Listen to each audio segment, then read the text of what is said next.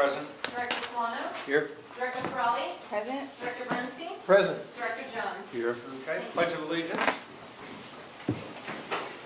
Pledge allegiance to the flag of the United States of America and to the republic for which it stands, one nation, under God, indivisible, with liberty and justice for all. Okay, there were no reportable actions out of closed session which adjourned and will reconvene at the close of this meeting. Public comment number 2, and we'd like to start with Reverend Schultz. Yes, I didn't realize I would make a public comment. I was here just to put forward that we have a little press release that will come out tomorrow. The sale of the piece of land around the firehouse here, being sold by the Sources Archdiocese of San Francisco and part of the seminary property for now over 118 years. And sold because of the service fire department and all the good work that's done by the fire district. More than once having helped us over at St. Patrick's Seminary. In fact, last year we had a priest that had an attack, a heart attack, and he's now back in Florida at work. So these things are important to us and to the wider community. And for that reason, I thought I'd come and represent the church. It is the patrimony of the church. The land that is here was originally given to the church to provide for the seminary and the formation of priests, education of priests, which it is doing and will continue to do well into the future. So we're very thankful for the work that the fire department, fire district does for us and the wider community, and we're happy to be able to support in this way. Well, we'd certainly like to thank you for your partnership in this particular effort. The seminary has always been an incredible neighbor to us, and we tried to be a good neighbor to the seminary as well. It's, I think, a strong relationship and will continue to be strong. And I also recognize that a transaction involving church property is never a simple one. You know, it's not like you've got local decision-making. It goes all the way back to Rome. Literally. So we appreciate the time and effort that went into it in order to get all the agreements. And it's a critical part of our moving forward to serve an ever-expanding community. So thank you very much. You're welcome. Other comments from my colleagues?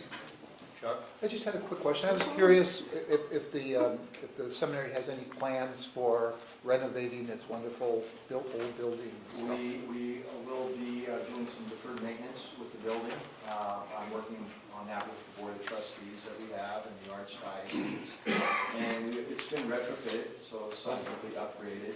There's one building there that needs some work, and we'll work on that. We'll do some new paving as well, because it's just the wear and tear of time.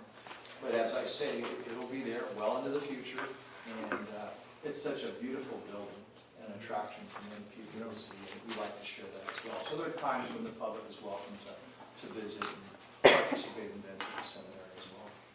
It's a beautiful chapel. If you've ever been to the chapel. It's gorgeous chapel. It really is. Jane? Oh, I just wanted to say thank you, and thank you for working with us. Oh, I think it's a win-win for everyone, and especially our community.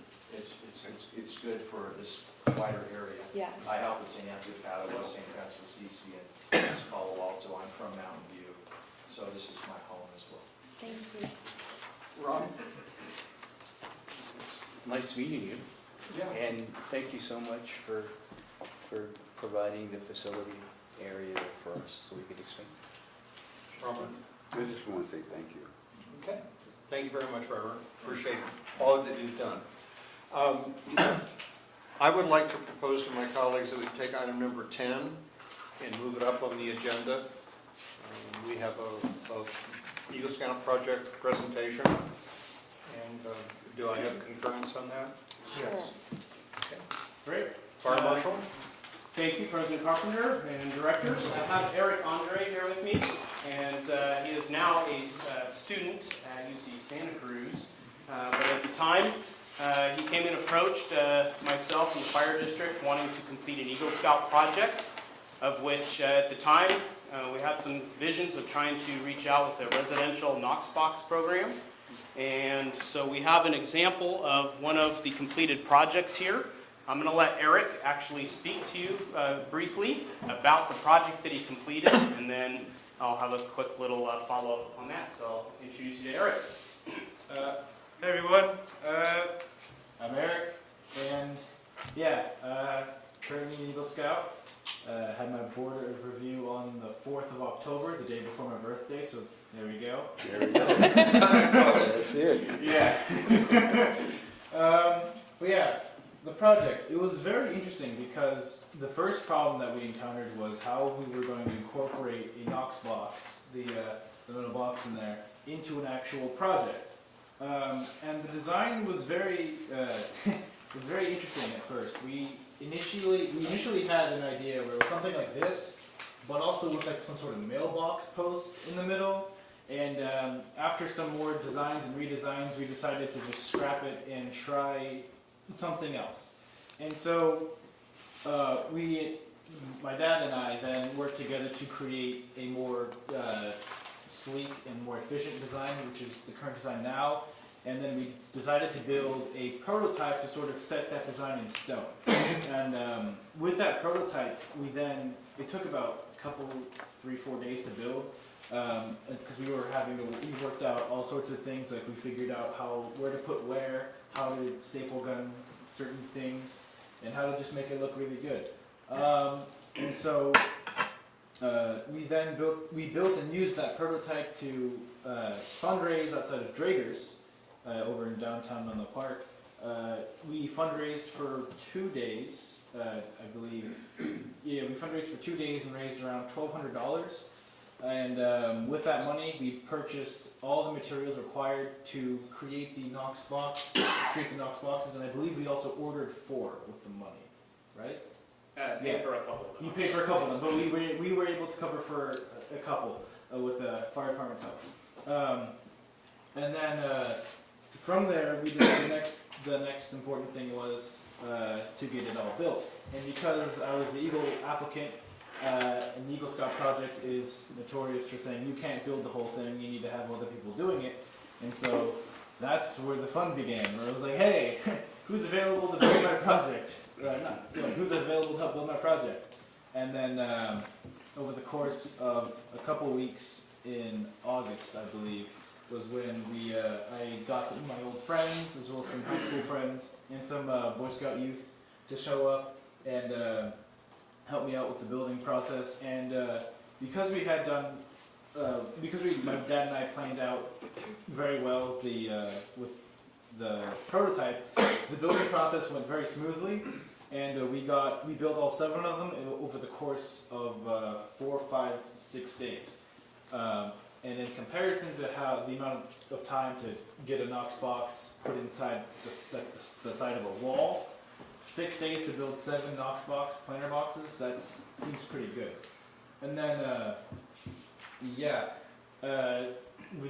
we shipped all 8 in total with the prototype included to Mr. Johnston, and then we worked together to distribute 2 of them. Well, one to a family that directly donated $100 to the project on one of the 2 days, and the photo that you have, another family that received one of the secondary ones. We had 2 colors, gray and brown. They received the brown one, and it was honestly, it was really.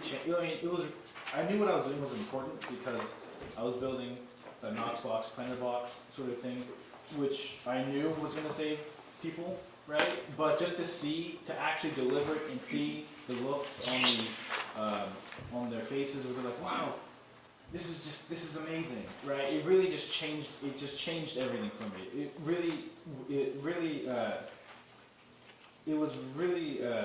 was the proof that what I was doing was really important and that it would actually physically change people's lives.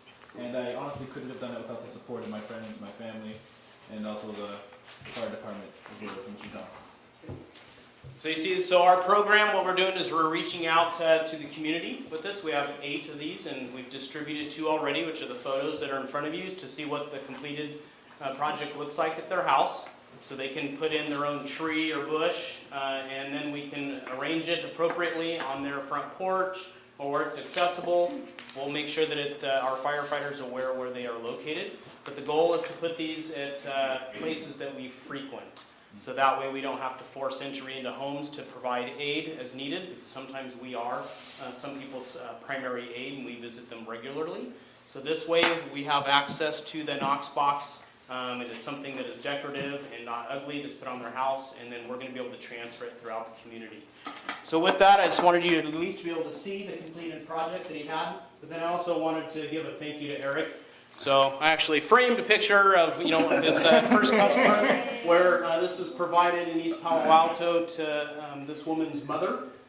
And so that way she has peace of mind. This was actually a home that had burnt in our district prior, and the mother was able to move back in, but she has some disabilities, and now she has comfort in knowing that the fire department has access to be able to provide aid to her mother as needed. And so I want to say thank you to Eric for providing that. Thank you.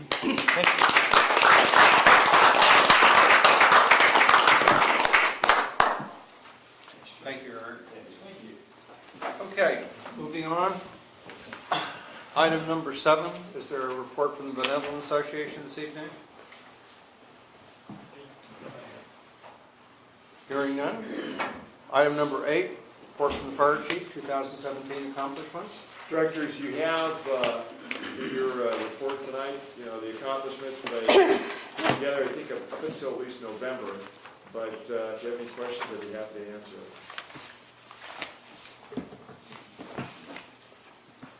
You've done a lot of things, Chief. Well, the district's done a lot of things. Busy guy. Thank you. Well, under your command.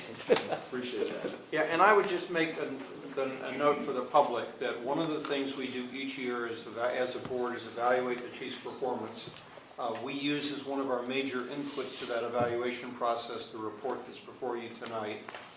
We take that report and we add to it our own individual interactions that we've had with the chief. There is a form prescribed for evaluation in the board policy manual. That is provided to each board member. That completed form is then returned to an administrative person at Myers-Navi, who's our general counsel. That administrative person then simply compiles the results of that and presents it to us in a closed session in January, at which the board will meet and discuss the chief's performance, and then we will then meet with the chief and advise him of our evaluation of his performance. And so it's a very rigorous annual process that we go through. Every year we get a little bit better at it. Some years has been less systematic than others, but I think we now have it down to a pretty well-defined process. Virginia? I just want to thank the chief and the staff for getting a lot of things done. There's so many things happening so quickly, from growth and development to transportation, and we're just constantly trying to meet the needs of our community, and I think that y'all are doing the best job that you can, and I think the community appreciates that. So thank you. You're welcome. Thank y'all, actually.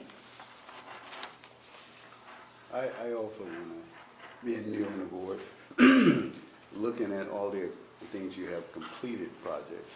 I knew you was busy, but I had no idea you were that busy. And then the ongoing projects, you can expand your energy a little bit more. And then you got a project that's on hold that you want to work on as well. So I just want to say you guys are doing a great job. Thank you. Okay. No further comments. We'll move on to item number 9. Consider and discuss a resolution authorizing the fire chief to make mid-year budget adjustments. Chief, do you want to? Yeah, let me kind of tee it up, so to speak, but, I understand this is an aggressive move, and certainly the board, as I've discussed with some of you individually, all these things don't need to happen at one time. They can certainly be moved into the first part of next year. I don't want you to think that you can't have discussions at committee level and so forth. However, some of these problems are not new, and they've only gotten worse.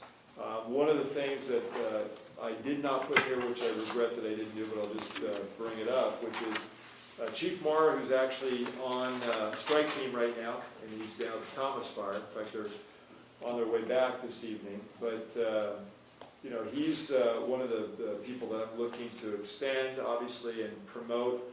He's been working as an acting division chief for the last year in charge of support services, which is facilities and fleet.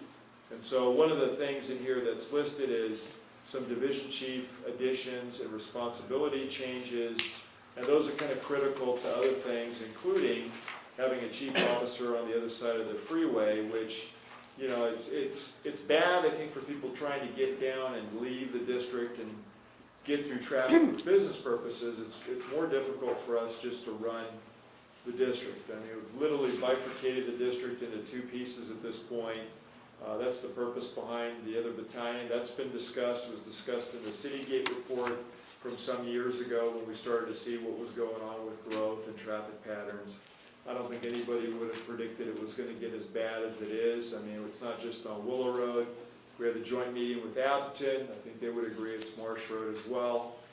I've heard from law enforcement. I've heard from residents. You know, I have meetings in my office sometimes at night now at 7:30 p.m.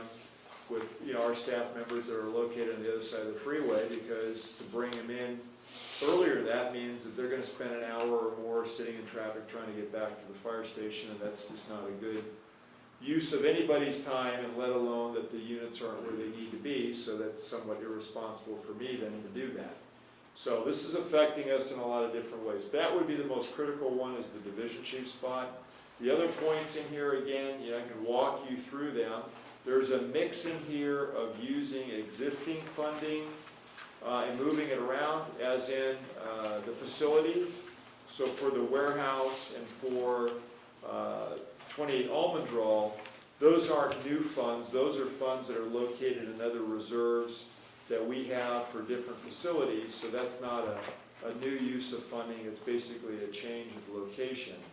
But, you know, I'd be happy to answer any or all questions that you have. I mean, the bottom line is we need to start doing some things. This is relatively aggressive. It doesn't need to happen all at one time. I don't want you to feel like I'm, you know, this is a shotgun wedding. But, you know, at the end of the day, we've been talking about this for a long time, and it's only gotten worse. And it's only one part of it. It's, you know, it's how we operate, and that's a big thing as well. So with that, be happy to answer any questions that come up. Okay, start, Chuck?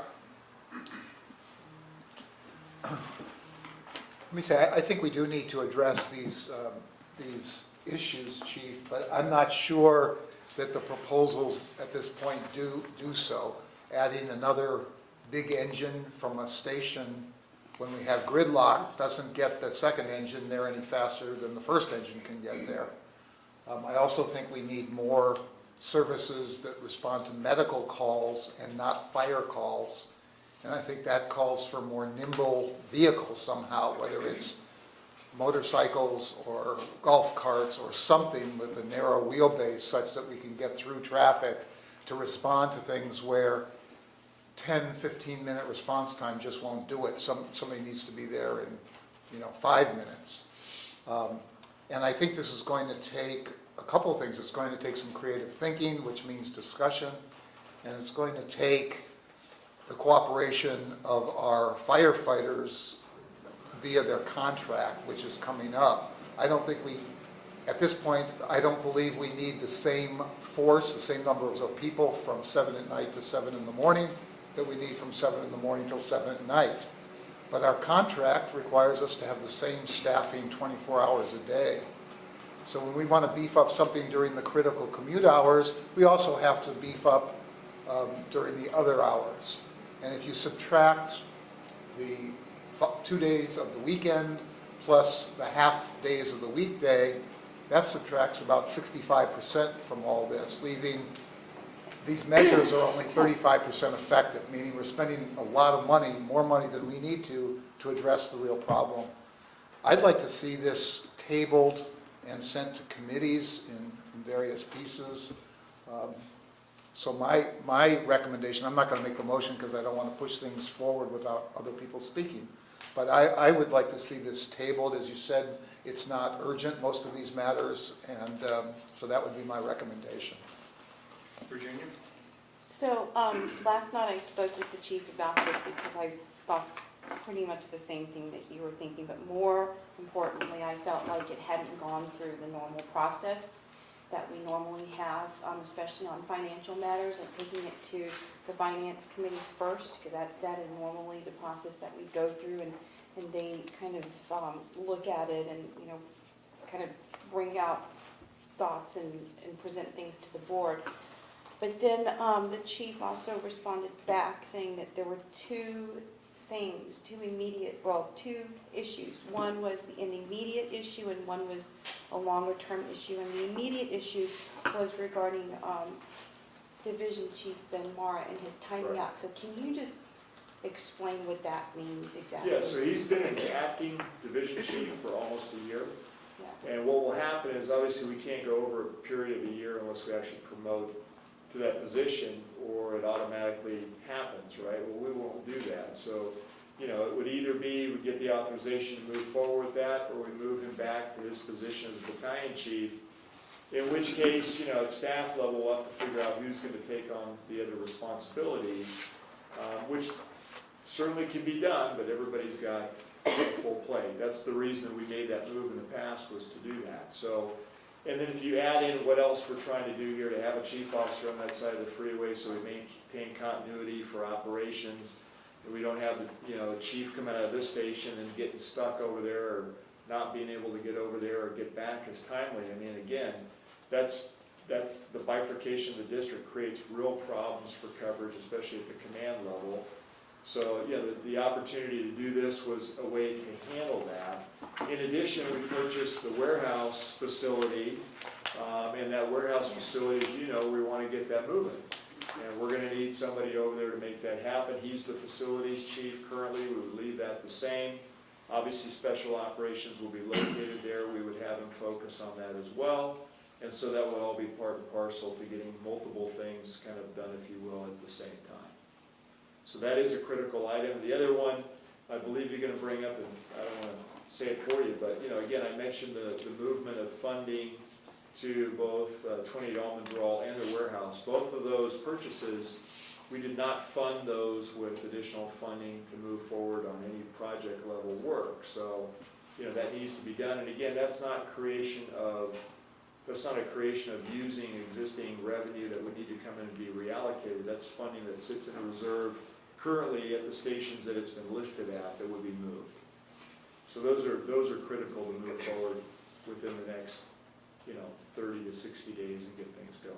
But the really time-sensitive one is the battalion chief, I mean, the division chief spot, Right, because it's going to time out, and then at that point, you know, When does he again, time out? in January. Thank you.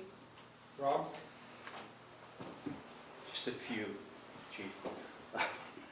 The first one is the $500,000 to the warehouse and the upgrade of the home lot that we purchased next door to Station 3.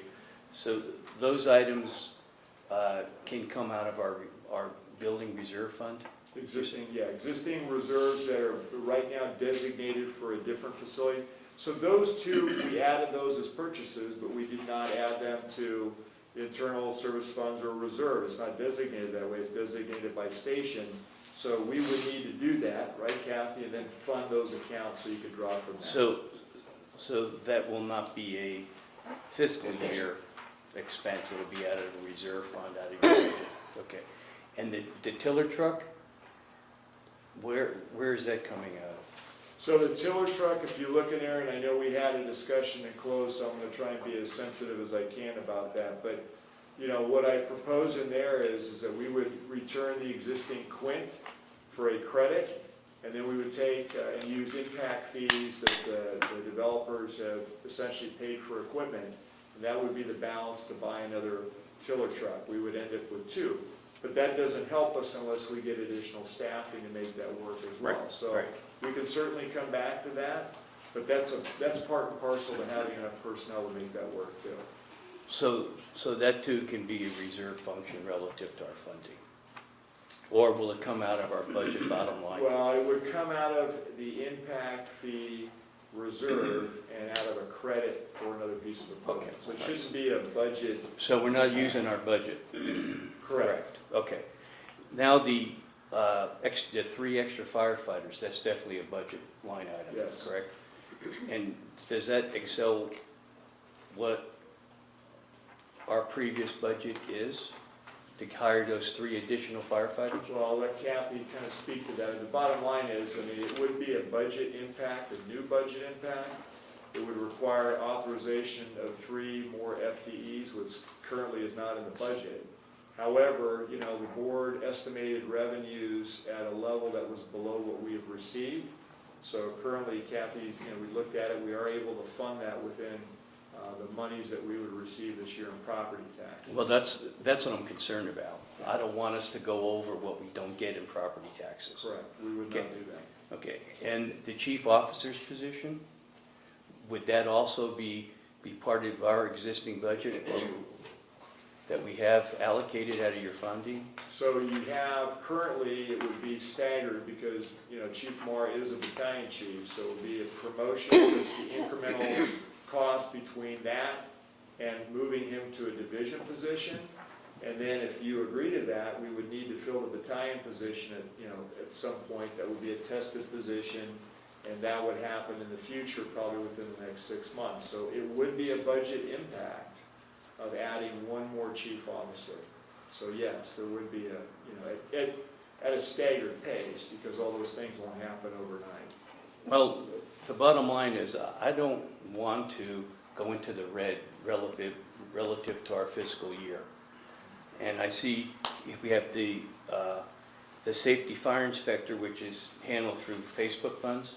So, right, so last time when we had a discussion, this goes back to September, and the fire marshal left, but I can handle this one. So what we didn't address at the time was, subsequent to the discussion about the inspector, we were able to negotiate a deal with Facebook. So Facebook now pays essentially for the inspector that at that time you authorized. So what we're doing currently is covering that position, which technically allows us then to hire 1 more inspector to help with the workload. And if you look at the numbers in there based upon the growth and the anticipated growth. So we're only moving money, we already have the allocation for that through Correct. Facebook. You authorized the hiring of another fire inspector before. As we move forward, we negotiated a deal with Facebook, and technically that now has offset those costs. Okay, and my last question is this new administrative position. Yes. So we could cover Fridays. Why do we need to hire a new administrative position? Can't we like rotate their days off You so could. that they could cover it? So the administrative position, just understand that was something we had before. And again, what the fire marshal is, you know, has said to me and other staff members as well, is getting another person in there to do some of these tasks at a reception / level. I mean, the counter person in fire prevention gets pulled a lot of times to deal as the first point of customer service in prevention. And they're busy because at the counter level, they're trying to determine whether or not they can help the customer there. So there's other menial tasks, if you want to call them that, yet important, that just don't get done if they don't have the time in the day to do it. So this person would be more of a reception / support, not necessarily the person taking the plans, you know, making sure that the plans are going to be either going to the plan review examiner or actually doing an over-the-counter review right there with that individual.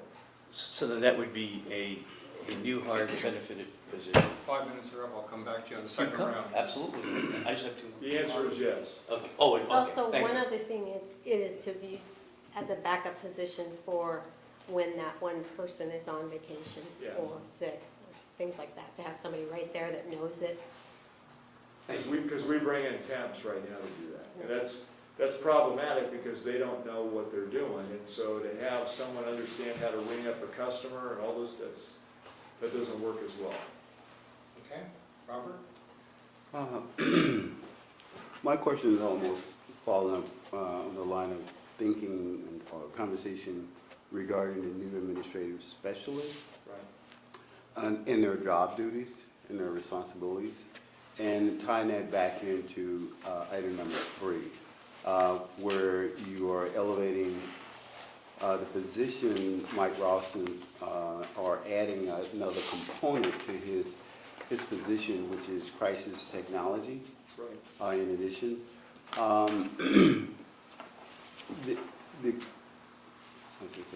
one of the things we have experienced, and I'm going to take off my hat now, the board room, and go back to, not back, but talk a little bit about CERT, because that's where I started getting engaged with the district.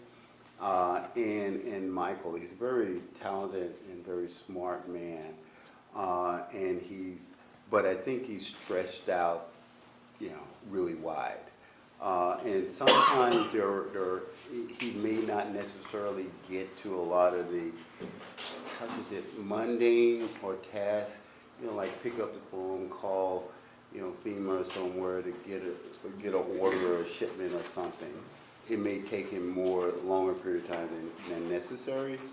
So I'm wondering, in creating this new responsibility, that added responsibility, where he's really going to find the time to do those small tasks. And if this new position, the administrative assistant, a specialist, part of their duties could be to support that administrative part of his job that he may be lacking in getting to in a more timely manner, or just getting to.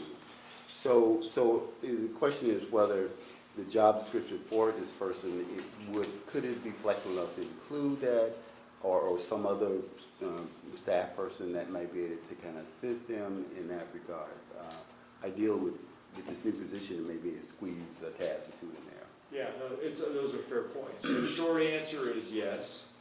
Longer answer is, on that, as it's proposed, that is new. I mean, I'll let Chief Stevens talk to some of the benefits, because he's Mike's immediate supervisor, and we've kind of vetted some of these things, which is exciting to be able to do. And, hopefully it's a good opportunity. You have Linda here from AFSCME. I mean, these are things that still need to be negotiated and worked out with the union, because Mike is currently in that union. So, we will need to work through a number of different things, but I'll let Chief Stevens address, Mike's workload and where this is going, because he's worked with Mike on part of the write-up on what this could be and how would that fit within what he's currently doing. I think it was intuitive on your part, you're right, that other position could do some of those other tasks, because somebody's got to make phone calls, somebody's got to do some of these, maybe more mundane things. Who is that, right? That's always a question that comes up. So I'll let Jim talk about the position. Really not prepared to do a presentation tonight, but certainly I can answer the question. We've actually been piloting this position for several months. That's why you've probably seen that Mike has been spread a little bit thin. And really what it boils down to is some of the things that you as board of directors have discussed over the last several meetings, and that is new ways of doing business. And what we see is a world that is embracing innovation and change on a day-to-day basis, whereas we're in an industry, the fire service, that is steeped in tradition. And what we're seeing is a gap between that innovation and the fire service. What we want to do is create a performance-based, repeatable structure and give it to a person of responsibility to where we can evaluate opportunities in the outside world that would fit in our lane. And we would do the analysis. If it makes it through the analysis process, we bring it into development. If it makes it through development, we move it into pilot. We take it from pilot to adoption or rejection. And we need a position that helps to facilitate that. It wouldn't be a siloed position. That individual would use their project management skills, which I'm sure you've noticed Mike is very skilled, to reach out to other positions within our organization, whether it be operations or training or prevention or even our IT people, to bring in these opportunities from the outside. And a lot of times when people hear technology, they immediately start thinking computers and stuff like that. That's not what we're really talking about completely. It may be, but we're talking about everything from new ways to looking at responding to new ways of handling traffic, to new ways of deploying stations, it could be any matter of things, What we're looking at is a position who oversees a process to aid the organization in working through a performance-based, repeatable structure that answers these questions as they come in. And that's really it. To answer the question about somebody helping, probably an oversight on my part. I really wasn't looking to give him help. I was looking at working him. Working while you can. No, mine was just mainly, just focused on that admin support that it is. Okay, second round, Chuck? I want to echo what Robert just brought up. I think the management of the CERT program is really essential. And I was one of those people that we were about to do a training for a large group of Spanish-speaking people. We wanted to get Spanish materials, and we were unable to do them. I reproduced a lot of them at my own office, at my company's expense and so forth. But the district, that's not the way it should happen. And just when we, in a sense, needed Mike for doing some things, he was deployed. I'm not sure whether it was down, where he was deployed, but either Texas or Florida or someplace. It was Florida, yeah. But the problem is then the civilian effort suffers, and there's nobody who can do the civilian effort other than the civilians. I mean, there's just no duplication there. And so I'm concerned about, I'm not disagreeing that this is an important need, but I think, again, this needs to be discussed about how is CERT going to get pushed out? Will we, again, keep delaying things in terms of growing the organization and so forth?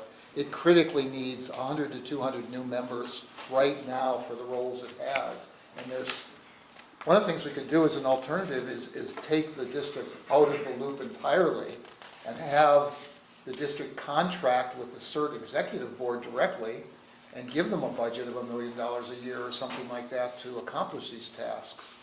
And that might be a good way to do it, but again, this bears some conversation, discussion, pros and cons. I'm not proposing that right now, but I think we have some other needs here, and that's why I'm concerned that this proposal is a little bit too, we just haven't vetted it enough to be able to know that we're not hurting ourselves by doing some of these things. So understand too, though, this was under mid-year plan versus immediate. So again, whatever time needs to be given, certainly more discussion could be. Well, I'm a little bit confused, because the resolution has all this stuff in it. Right. So you're talking about taking these things out? Well, but also the resolution, the board, as I know, can change the resolution, we can add or delete, so. Yeah. I'm not worried about that. So, let me just, I erred in the rotation and I skipped myself. So before I go to Chuck, let me again try to put this in context. We have an approved budget for the fiscal year, and our practice has been at mid-year to make adjustments to it. This is a normal procedure. There are some things here which are a bit unusual, and I think one of the most unusual things that we've come to deal with is the fact that in the last 6 months, it's become painfully apparent to us that we have almost zero east-west mobility. Menlo Park has basically ignored our request to provide emergency access on Willow Road. We had a lovely joint meeting with the town of Atherton in which the mayor unilaterally declared they weren't going to do anything to change Marsh Road. So we're stuck. You know, we're not going to be able to use Willow or Marsh on a dependable basis to deploy. And one of the things that and we have a commitment every day, 24/7, to deliver services. And so there are some elements of this proposal which I really urge us to deal with tonight. And those are the ones that deal with the bifurcation of the district into the east side and the west side. The division chief, so that we have a division chief on the other side, and we also had the ability to respond over there. The tiller truck, which hopefully will be a budget wash. The actual staffing of the 3 additional firefighters, I think that's something that can be deferred. That's not something we have to deal with today. We have an April academy, but just so you know, we're vetting firefighters right now. Yeah. So we believe there'll be enough in the pool. So, around the January Our target hire date is March 19th, but we will have backgrounds completed in this month. Yeah, I've so only got 40 seconds left, so before I give back to Virginia, I would encourage us to focus tonight on the division chief, the tiller truck. The 500 transfer is just simply moving money from one place to another, doesn't change anything else. And then I would propose that the Ralston issue and the 3 firefighters be separate topics that are adjusted, that are addressed separately at the separately from each other at the January meeting. And one of them has a whole set of issues around it, and the other one is more the operational issue. So that's the end of my 5 minutes. Virginia. And so I actually agreed with what Peter was saying in terms of how we kind of separate these issues from each other so that we can focus on the things that are important. But I have a question for you, Harold. So I haven't seen these studies at the various school districts, but I read something that there's going to be a decrease in like enrollment. So probably they're looking at growth in terms of how they deal with their capital improvement projects or capital Right. projects in general. So, I mean, and what I don't want us to be is that in this situation, and there's obviously no way to predict where the growth is or when it's going to stop or whatever, but I don't want us to be in a situation where we've hired all these people without understanding that maybe at some time, the growth might plateau. And I just, do we? Well, I have how do actually we- a solution for that. So Okay. one of the things you control within the firefighters MOU is we have staffing. So we have minimum staffing numbers, and we don't have to increase that. We haven't done that. We've increased staffing beyond what's in the MOU, which makes it easier then for you to scale up and scale down. I mean, the reality is that, you know, you go with the comfort level that you have, and if you need to scale down, you hopefully do that through attrition, because we always have people that are retiring. So, you know, at this point, that would be my advice to address that.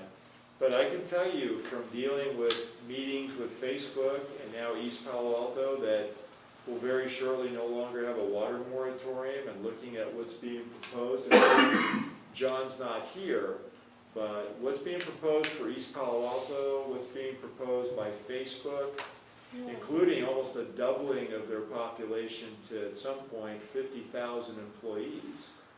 I mean, even though there may not be kids in the school district, I can guarantee you there's going to be a lot of people I'm living not around saying there. that it's about kids in the school district, I'm just trying to understand how we've gauged growth or no growth. I just don't know, that's why I'm Yeah, asking. well, from the meetings I'm having with different people. Let me just add one thing. Like, What's going when on? I was on the Los Lomitas Elementary School District's like education, excellence in education, which dealt with capital improvement projects, because they were predicting a growth, and this was probably about 7 or 8 years ago. I mean, they kind of predicted, you know, the growth pattern and when it would plateau, probably around like 2015-ish, 16. And so now it's kind of how, I think it's probably, based on what I've read, dropped like 18%. And I'm not saying that that's an apples to apples comparison here, but it's just something that I just want us to be able to put out there so that we're not growing and there's no growth. Does that make any sense? Yeah, no, it does. Because I think that's the taxpayers are going to be. Right, and I just want to say that, the district maintained the same number of daily deployable firefighters for almost 20 years. And we didn't grow. And, we're at that point now where that's no longer feasible. I mean, I understand what Director Bernstein is proposing, and certainly, looking at variable staffing and things, that kind of addresses that here with the flex unit to do that in a different way. Because we do have a bargaining group, and so, there is a back and forth that needs to go on with that. But, I mean, in the proposal here, I think I try to address that variability, as well as the reality of the growth, the congestion, and, you see it, you feel it every day, and there's not less, there's more, including call volume. And I mean, the proposal, thank you to St. Patrick's Seminary, so far we've hit it right. The busiest station is Station 2. We redid the station. We now have the capacity to add more personnel and apparatus. The second busiest station, starting a few years ago, is Station 6. That'll be done in the new year. So we've addressed that. The third busiest station is Station 1. We now have adequate land that we can expand. We can address the growth here. And then the next one after that in line is Station 4. That's not necessarily the next busiest station, but that's a difficult station because of the size of the area and what it covers. So, and again, movement is a factor. So I think, you know, we've been pretty good about being ahead. Right, so I agree with Peter in terms of how we separate things so that we're kind of balanced and watching out what our needs are today versus how we look at growth and how we fit into that bigger picture later. Well, and let me give you, you know, the county I'm agreement done will, here. the county agreement is coming up in the next 2 years as well.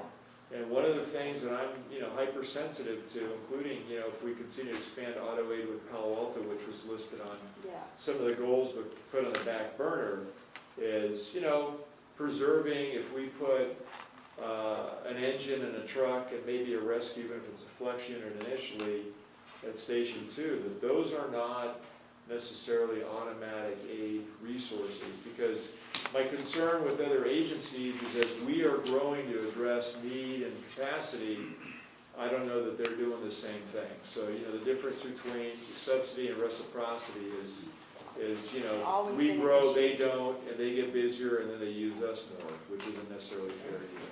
Thanks, Peter. Rob? Second round?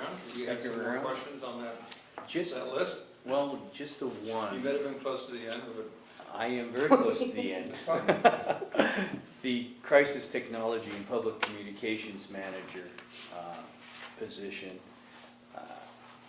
Robert answered, brought up the kind of the issues that I had with that position, but as long as it's a recommendation by you, Chief, I have no issues with it since it's an operational decision. But I still have issues with this administrative position. I think we can do better than the additional funding. Robert, second round? I just waiting for my answer on Oh, the first one. No, I think, I said I'm waiting, so that's issues. okay, before I give it to Chuck, let me take my turn again. One of the things that I would make clear is that when we talk about growth and when the school districts talk about growth, we approach it in two very different ways. School districts are trying to project future demand. What we're trying to do is respond to essentially buildings that have been either permitted or built. There's no ambiguity about the need that we are staffing to support today. We have made some decisions with respect to, for example, the Almendral parcel, etc., where we said in the future we know we're going to need it, but we're not planning on building that station right now. So our growth assumptions are not assumptions. What we use to determine the demand on the district is what's physically being built and what is being permitted. Not saying this is where we think we're going to be in 5 years. And that means that there are probably going to be some times when we're not quite, we don't have quite as many resources as we ought to have because we're waiting till the actual happens. And the way we deal with that is by the judicious use of overtime. So if we don't have quite enough people for a while, we can staff up, we can use overtime before we staff up, etc. Watching my own time clock, again, I would recommend to my colleagues that what we do is modify the proposed resolution to focus on the division chief, the tiller truck, and the 500K transfer, and that we then ask the chief to come back to us at the January meeting on the Ralston, the admin, and the 3 firefighters, and address those issues, particularly the 3 firefighters, because that's the kind of thing where you're making a commitment in the current year, but it's a commitment for a much longer period of time, notwithstanding the fact that we can, in fact, engage in a reduction in force.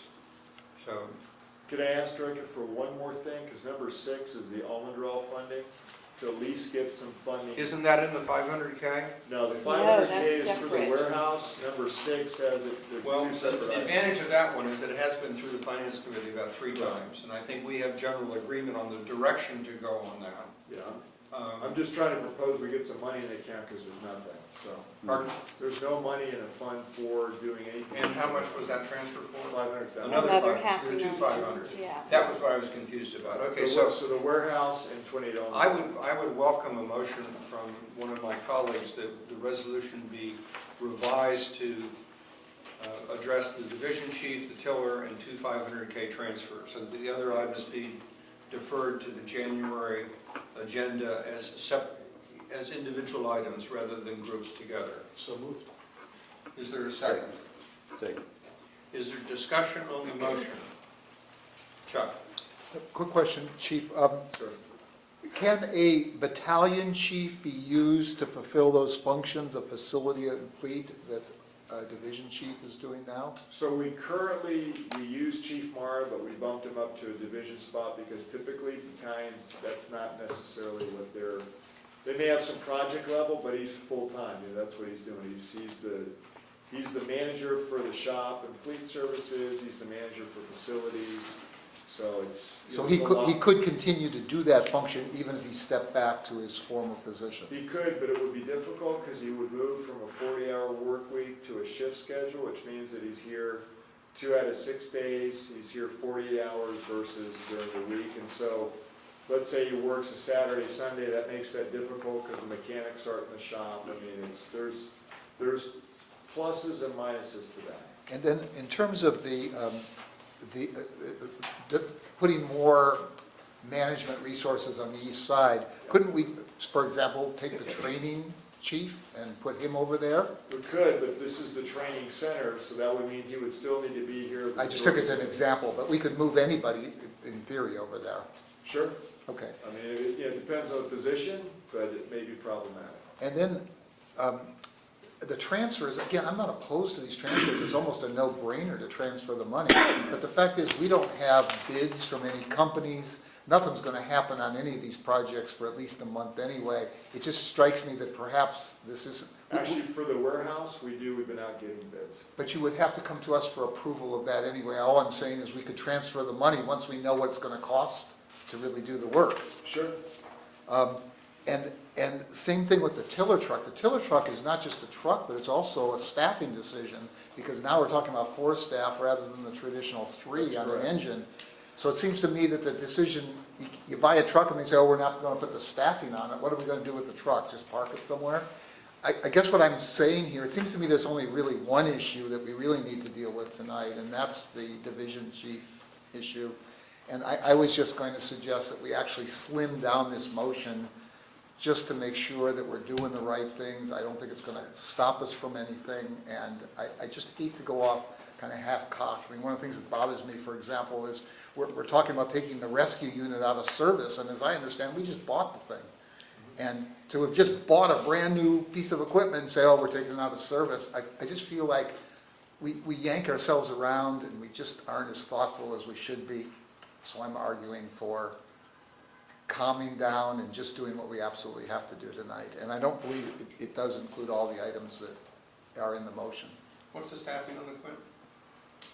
Quint currently is 4. Yeah, so Quint to tiller is, The problem is when you go to you still need to have an engine. So when the Quint concept is a combination, so that was the beauty of it.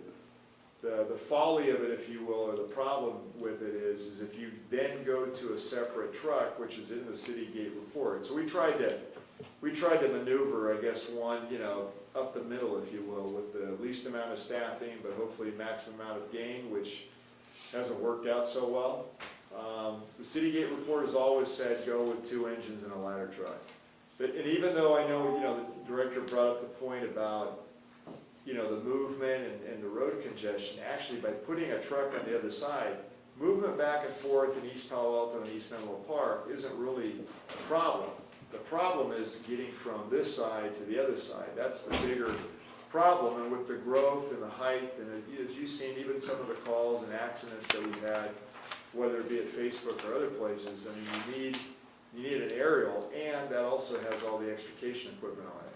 So, again, having 2 trucks in the district, one on either side of the bay shore, ultimately was always the goal. we tried something unique that put us in a position to use less staffing, and it just hasn't worked out well. Okay, well, we have a motion on the floor, and we're having discussions on it. So I Virginia? just want to, I'm just looking at the actual resolution page and it, you know, taking out things and adding things. It doesn't say anything in here, for example, we're adding the $500,000. There's an added resolution that was given to you tonight Handout, in the on the handouts. table. Oh, I didn't see Yeah. that, sorry. Is that a Okay. substitute for what we've got? Yes. Okay, hold on, I did not Let me, see thank you that. for pointing that out, because I certainly didn't. Well, I mean, because we're changing it, right, and so I just want to make sure that the language Right. that we're using is the correct language in the resolution. So I started looking at the actual one, is that, right here, I think that's Well, I don't see, where is it. the, Here, Should be here, up it's underneath here, the papers it's in that- this. buried in your... Yeah, so here, it does add the 500,000 for the, Oh, the got it. almond draw Okay. station, from Yeah, station the thing that I would 77 change from- CIP. From this would be, I would strike the 5 FTEs. Right, right, that's what I'm, that's, And then and, when we go down to the budget transfer, again, strike the 5 FTEs, because we'll come back to that. And the 1 FTE title and responsibility Yeah. change, that will, I would propose not be included. right. But I would, again, consistent with the motions that's been made, I think the division chief issue, the tiller truck issue, and the 2 transfers are important things. Director Bernstein's correct. After those transfers are made, if there are expenditures under those transfers which exceed the chief's authority, he has to come back to us for the approval of those expenditures. But I think it's important for us to agree that we want the staff to move ahead on those things. And part of moving ahead will be coming back to us with specific proposals where necessary. So these transfers don't authorize any Spending. action beyond that which the chief already has the authority for. Plus, I'm gonna add that, and I can't remember what month, a few months ago, we approved the 500,000 for Atherton, and I thought we did for the warehouse too, just for the No. almond draw property. Yeah, No, we did, it was no. in the paper that we approved that we would spend up to Well, 500,000. we discussed that, but that was never. It was never, we didn't have a resolution on it. Oh, You I see, thought that we- again, this is a mid-year sort of a cleanup kind of thing. Well, which this in is fact- more than a normal cleanup, this is a pretty big thing, but I think they're Well, needed. we got big That's- things we got to Right, deal with. I know, But but that's not a minor thing. What we're trying to do here is to take the things that have transpired in the last 6 months and reflect them in a revised budget. And so we did in fact discuss that 500K transfer.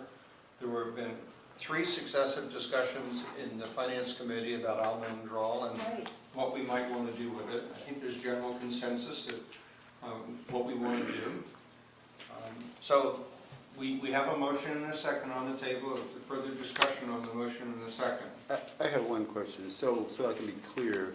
So we're gonna vote on item number 1, right, where it's the adding and assigning the chief officer? Well, which item? I'm looking at Yeah, mid-year. it's listed in the In the report, mid-year- that's So, correct. can I just Mid-year finish report? my point, Peter? Because I got interrupted. Oh, go ahead. I'm sorry, Robert, because I think it might help answer your question. So if you look at this supplement, basically we're removing the 5 FTEs, pretty much what Peter said, the 1 FTE title and responsibility change, senior, all the administrative pieces, and just leaving the tiller truck piece and the 500,000 transfer from Station 2 CIP fund and 500,000 from Station 77 CIP fund. So it's basically like 4 things, I agree. right? Yeah. So it's the division chief and. Yeah, and so we're not looking at the chief's report now, we're looking at the revised resolution, which is that one there. And we're striking some things out of there. They're striking primarily all the FTE issues out of there except the division chief. Right. Okay. Does that help, Robert? I didn't mean to interrupt you. No, so So we talked, I'm just looking the alphabetical things so I can be clear on that. I hear this. So is number one, which talk about the chief. We are looking at the warehouse, which is item number C, right? And he spelled out though, putting 500, transferring that funds out. We're talking about the truck. Tiller truck. Is it Yeah. the, no, not, where's the truck? 2B, right? Yeah. And we're talking about number 6, which is the Almondale Avenue property, Yeah, correct? 4 items, yes. Okay. And Michelle, is that sort of, do you have a sense of what we're mucking around with here? I got it, yeah. You got it? I have it That's here too, encouraging. Michelle, if you want it. Okay. Is there further discussion on this? Thank you. So we'll be coming back to the other FTE questions in January. They will be separate issues based on their functional responsibility of admin versus the Ralston role, et cetera, in the firefighters. So in January, if I may just add, in January, when we talked about, and I'm just going back to the item number 3, having to do with the crisis technology and public communication manager, which is Michael Ralston, if there could be some type of this understanding that of what support that position can draw from. Absolutely. Mindful of the time, are we ready to vote on this issue? All of those in favor? Aye. Opposed? Nay. Okay, we move ahead.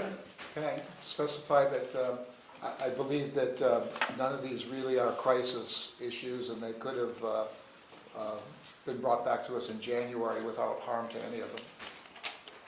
And I'd like that reflected in the minutes. Thank you.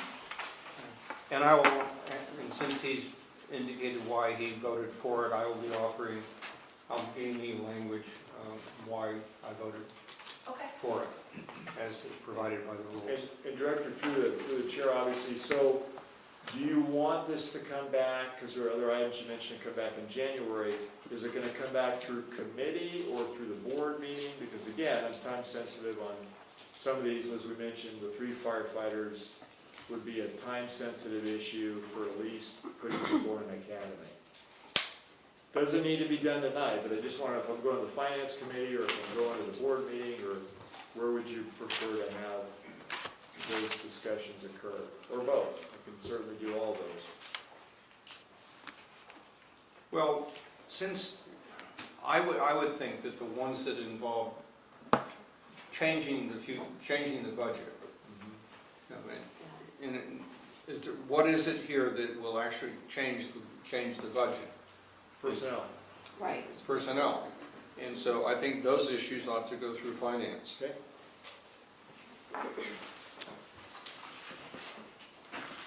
Okay. And just to clarify though, Peter, there will still be time, if it goes through finance, it can still come before the board. Well, it has to go through the board. No, but I mean, it would come even within a week or 2 later. Yeah, Okay. January So it finance. doesn't delay us by- January board. It doesn't, going to committee doesn't delay us a month or anything. No, as long as we keep working. Right. Okay. Consent calendar. Does anybody want to remove anything from the consent calendar? Hearing none. Do I have a motion to approve? So A second. moved. All those in favor? We have 2 so moved. Who's the second? First is Solano, Crawley. I'll second it. Okay, thank you. Okay. All those in favor? Aye. Opposed? Regular agenda, item number 17. And reading 17 and 18, these seem to overlap in terms of explanations, et cetera. Do you want to take them Navarro's together, here. Chief Navarro, or you want to explain them together and we can vote on them separately, which we'll have to? But Certainly. President Carpenter, member of the board, Manny Navarro, and Vision Chief, presently the program manager for USAR. Let me put this into context for you, is that we get every year, we get a cooperative agreement from the feds. They basically give us a statement of work ahead of time. It basically outlines to us what we can and cannot do with the grant funds that we get. Once we get that, we forward a submittal to them, they'll approve that, they'll allocate the funding, we come here, because the fiscal agent happens to be the board, the district actually. That's allocated into funds that are directly related to USAR, only for USAR funds whatsoever. What you have before you is two supplemental appropriations. So basically what the program has done is they had a finding when they took an audit and took a look at the USAR system in general, is that there is a substantial underfunding of the USAR program. And they're trying to cover as much money as possible and actually direct it specifically towards communication equipment, radios and what have you. So we got the one supplemental appropriation. We actually had one previous to this, and we came before the board and it was approved. These two came at different times. They both have statements of work with them. They both tell us what the allocation is. They actually have numbers allocated to them along with that supplemental is. We will accept that, put it in the fund, then we will submit our plans to them on what we're going to do with it. We actually still have to wait because we're allocated, if you look at the language on this, to use it for equipment. They haven't told us what equipment to use now because it's going through committee on what radios we're going to use or not use. So in simple sense, basically, this is just an additional appropriation based on what we get from the feds. It just came in two different packages. Okay. Robert, do you have any questions? No questions. Rob?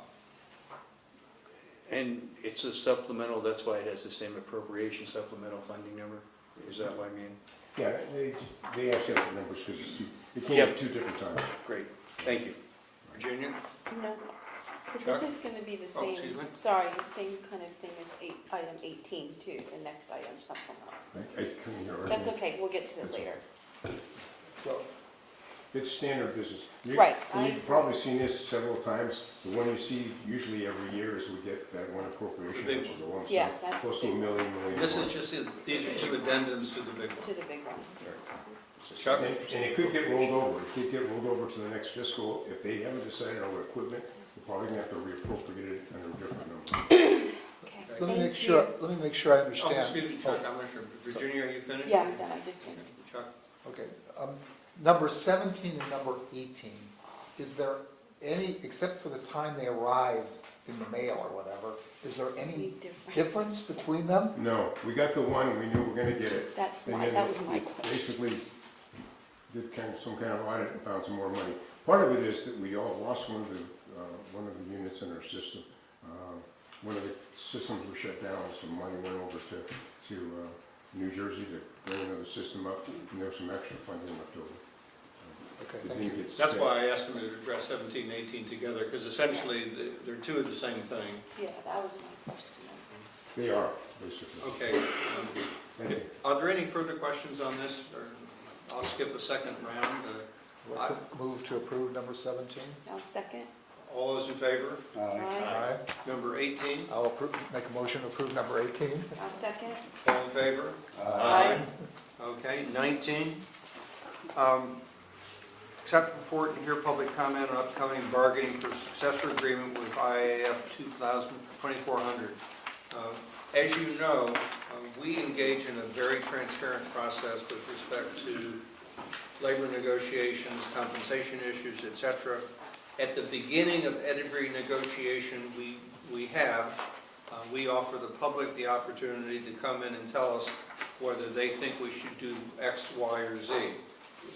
We seldom hear from the public, but it's important, we believe, to give the public the opportunity to come in here and tell us.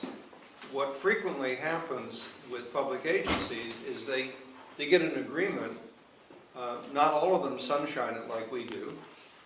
They put it on a regular agenda, and then suddenly people come out of the homework and say, what are you doing? You're giving away the store, et cetera, et cetera. Well, we're trying to put in place the process to make sure that there are no surprises. You may not like where we ended up, but at least you had the opportunity along the way to say, I think you're paying too much, I think you're paying too little, I think your firefighters are too short, they're too tall, whatever.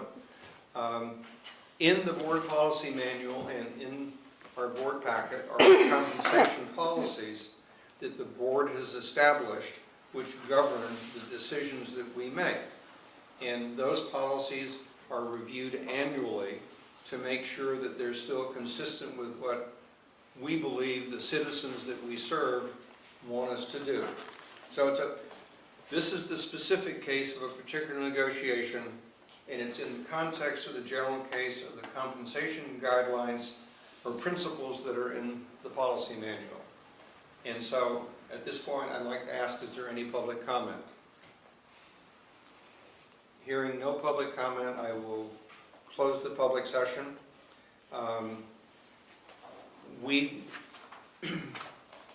Do we wish to accept the report that's been submitted? Do you need a motion? I'll move to accept the report, but I don't think you need I don't think to we need one. accept. I think Direction to staff. consensus you can accept. Yeah, Okay, that's direction fine. to staff, okay. Item 20, settlement agreement between the City of Menlo Park and the City of East Palo Alto regarding the recent Menlo Park general plan update. This is on the agenda because one of the things we've discussed in the past is how do we deal with partner agencies that do not fulfill their responsibility to identify the impacts of projects which they're going to approve on us and mitigate those projects. And the City of East Palo Alto, God bless them, said to Menlo Park, you know, you're really not doing what you're supposed to do. And the City of Menlo Park has reached a settlement with East Palo Alto in which it makes commitments as to how it's going to behave in the future. And the issue before us is, one, we want to be advised of the text of this settlement, which I find very interesting. And the second is, do we wish to provide direction to staff as to whether or not we would like to reach some sort of comparable agreement with the City of Menlo Park without going through the process of suing them first? So, Robert? Could you just explain what you mean by that? Pardon? Could you just explain what you mean by that? Well, we can just simply discuss this settlement agreement and do nothing. Or we can say to the staff, given what's in the settlement agreement, we would like you to begin discussions with the City of Menlo Park about whether or not we and you can enter into a similar agreement. And there's two ways to get to a similar agreement. Is the two parties agree that that's what they're going to do, or you can do the East Palo Alto route, which is to say, hey, we're going to sue you. And then Menlo Park chose to sit down and settle it because they didn't want it to go to court. They didn't want the court to deal on this issue because I'm sure they were certain that the outcome would be that they were failing to perform their legal responsibility. That's my opinion. And that's not the legal judgment on it, that's just my opinion. So we as a board can simply read this agreement and do nothing, or we can read this agreement and we can provide direction to staff, or we can read this agreement and we can make a motion to take a specific action. Those are the options that are available to us. I thought when you were saying you were taking the idea of a lawsuit off the table, and I No, okay. I'm just offering alternatives. And, you know, this packet is a big packet, and we wanted to get this settlement agreement before the board, but we didn't have the time to do a detailed staff report on it. So I just made the decision said to the chief, just put the agreement in there and we'll talk about it. And one of the alternatives is to say, okay, come back in January with a specific recommendation. Or, thank you very much, we don't want to do anything about this. I have a view on it, but I'll wait until the people have spoken. Robert? Well, I think, when, you know, I think the City of East Palo Alto went the route because when all fails, the only other recourse is to sue. And I'm not advocating that at all. I'm hoping that conversation, extensive conversation can take place where the issues can be truly highlighted, underscored, circled, and squared. And then if there's no movement at that point, look at alternatives. But at this point, I'm not sure if we have, underlined it, circled it, squared it, and got to that point yet. I mean, this agreement, settlement agreement is going along that direction of squaring it, but, it just seemed like, and I don't know what the conversation's been like before. Extensive. Extensive. So it's squaring And it. fruitless. So you can circle. But that's Chuck, Chuck, Virginia. I Your don't know. thoughts? I'm just, I mean, I'm not surprised that this happened, so I don't know, I haven't even, I'm just continuing to think about it. Okay. I mean, we don't have to decide anything tonight. No, we don't have to, but it would be helpful to staff to give them some idea whether or not they should even concern themselves with this issue. You know, what would we like them to do in light of the settlement agreement? We could say, hey, don't do anything. I have some thoughts about it, but I just want to, Yeah, I want to hear everyone Okay. else's. Rob? Made up my mind.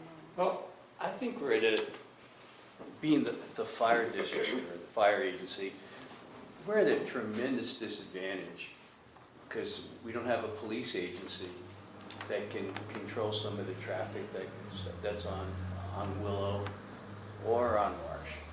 And these cities have police agencies that can write traffic enforcement.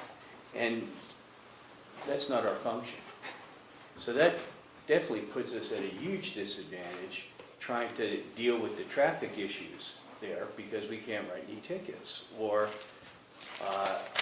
it just puts us at a tremendous disadvantage. And commenting on the EIRs, saying that the road is crowded, you don't have to be a brain surgeon to figure out that it's terrible in order to go cross town at rush hour. So I can see where the settlement is, Menlo Park taking the responsibility of being the primary on this, but I mean, East Palo Alto's at fault too. I mean, part of their jurisdiction falls within these areas. And I haven't seen the selective traffic enforcement, being a former motorcycle policeman myself. I mean, that would be a heyday writing tickets in those particular areas. So maybe our proposal would be increased traffic in law enforcement and traffic enforcement in these areas. That would be one thing that I would want to stress with these cities. And we brought it up in our joint meeting with Atherton, and they were very amenable to us with that. Thank you, Atherton. Chuck, you stepped out on your turn, I don't want you to miss it. Oh, thank you. This agreement's interesting because it's a reciprocal agreement, and the benefits and essentially each city is agreeing to pay reparations to the other for damage that they do to the other city. We don't quite have the same, we have nothing to offer because we're not doing damage to anyone else. So that's hard. But I think this is a critical issue. And I think one of the problems is a failure of our municipal, our cities and so forth to really assess the cost of mitigating the problems. We have these little fees and the developer pays, $150,000. What we need to do is tunnel, for example, under Willow Road all the way out to Bay Shore. We need to tunnel underneath, what's the route down in Atherton, Marsh Road. We need to tunnel, under El Camino and get all this traffic out of here.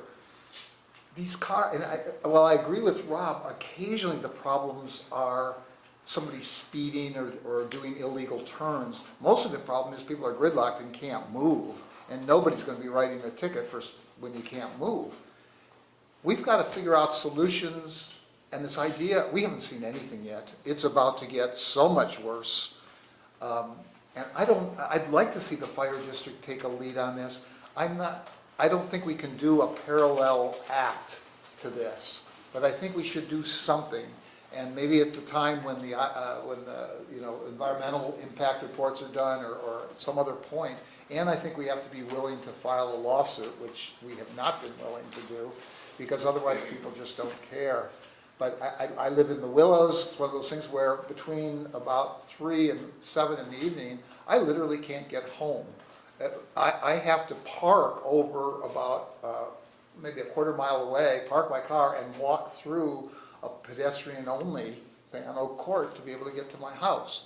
There's no solution to that, except blimps or tunneling or helicopters or something.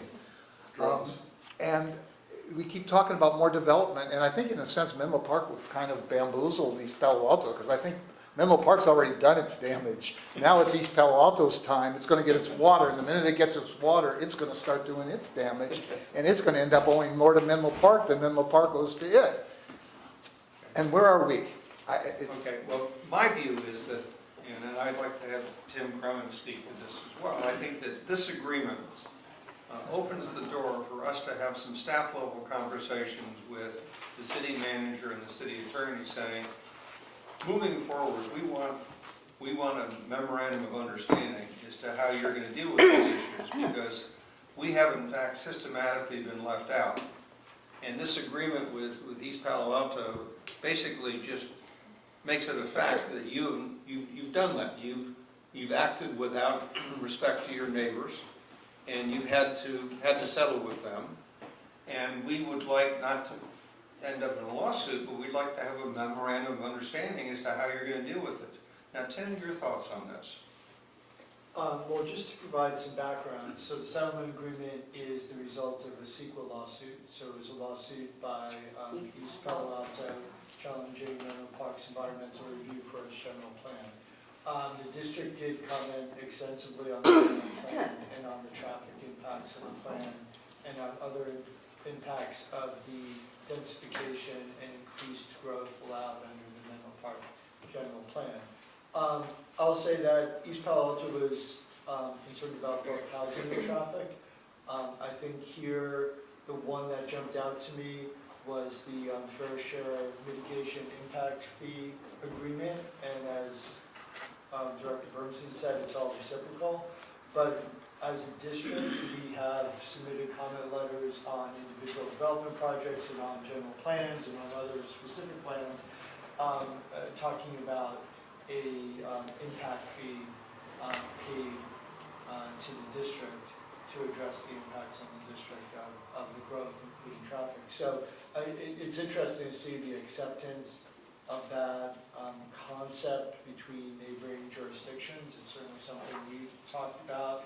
I know they're talking about traffic, but it's the same concept as a mitigation impact fee. The other parts of it are the trip caps. That's interesting that the jurisdictions are saying they're talking about a certain amount of trips from development. That's another concept that we could think about. Facebook has caps on its trips by Menlo Park approvals. So I think there are kernels in here that we've been beating the drum on a bit, that we've gotten some traction with developers, but not with jurisdictions. And this may be an opportunity to re-engage the jurisdictions to take up initiatives at the top of them. Robert? So, please forgive my ignorance here, but what are we most concerned about? Are we concerned about the fees, or are we concerned about how the cities are developing, like Willow Road, that overpass and leaving out the notion of how do we get a truck across? Well, what I think we're concerned about is that, again, the basis is Tim described, this lawsuit was compliance with CEQA. And CEQA requires a lead agency to identify the impacts of a project which they are considering and to make sure that those impacts are mitigated. And the city of Menlo Park has consistently refused to do that with respect to the fire district. For example, they had the big M2 rezoning, and they said it will have no impact on the fire district. Well, you just look at what's happening out there, and how can you say it's going to have no impact on the fire district? So what I'm concerned about, as somebody who sat on this body for a number of years, is that the city of Menlo Park has just routinely basically said, we're going to approve things, and the way that we're going to avoid dealing with your issues, so we're going to say they don't exist. How can you approve 4 million square feet of new space and say it's going to have no impact on the fire district? And that's what they did. So what if, just bear with me, so what if we take the route, we go through, settlement is, give you $500,000. what then, other than having $500,000 worth of settlement, have we really solved our problem? Well, the whole concept of mitigation is that, for example, if they're going to permit the construction of a new facility, the law says that if that creates a demand on another agency, that the capital costs of that demand need to be paid by the development. The operating costs will be paid by property taxes. And so when you say, will we get $1 million, what we would immediately do is invest that dollars in our facilities to increase our capacity to service these new projects which are being approved by the city without any consideration of the impact on us.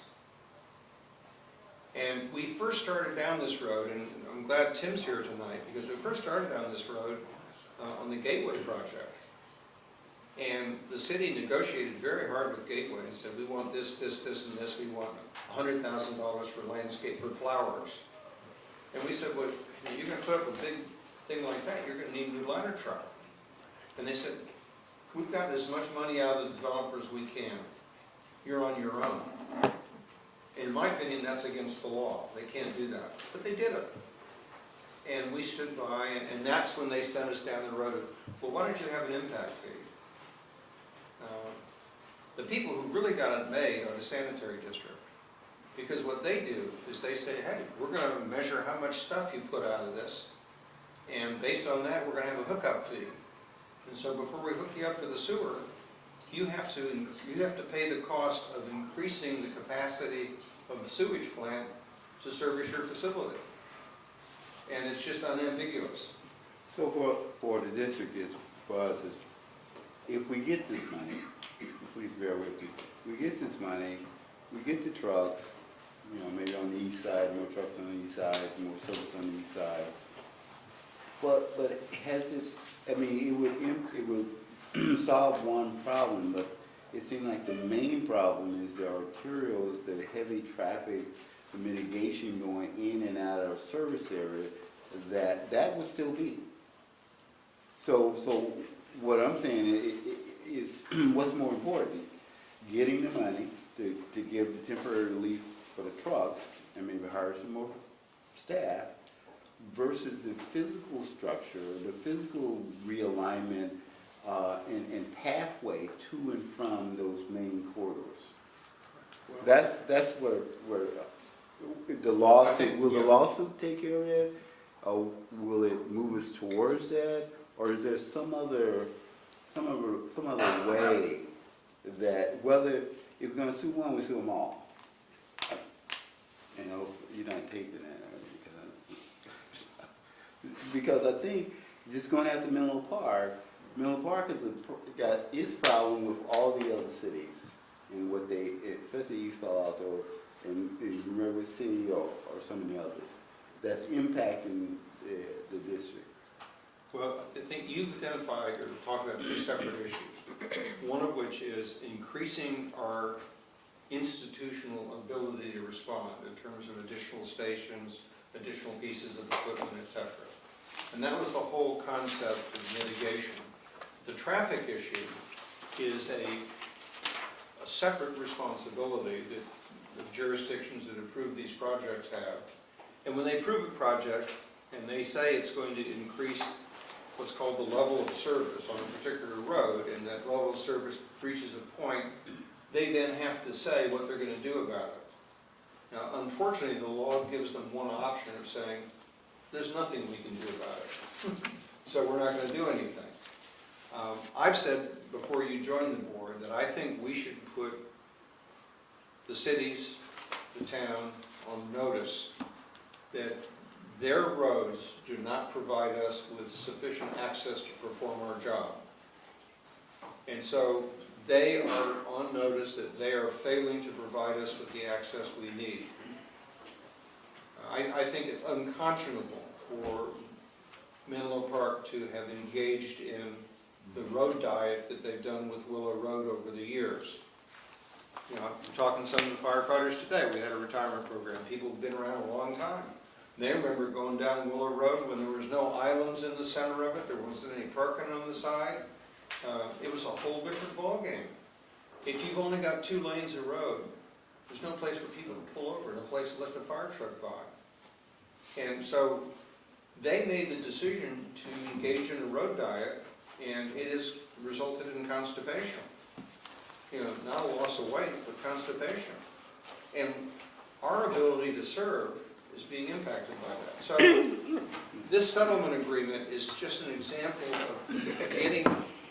of how one jurisdiction got another jurisdiction to formally recognize that they have a responsibility. And you've correctly stated there's 2 responsibilities: increased capacity, and then what I call the mobility issue. And they're separate issues, in my opinion. Chuck, you want? I just want to ask Tim something. You referred to it. Peter was talking about the idea of mitigation and the requirement to mitigate.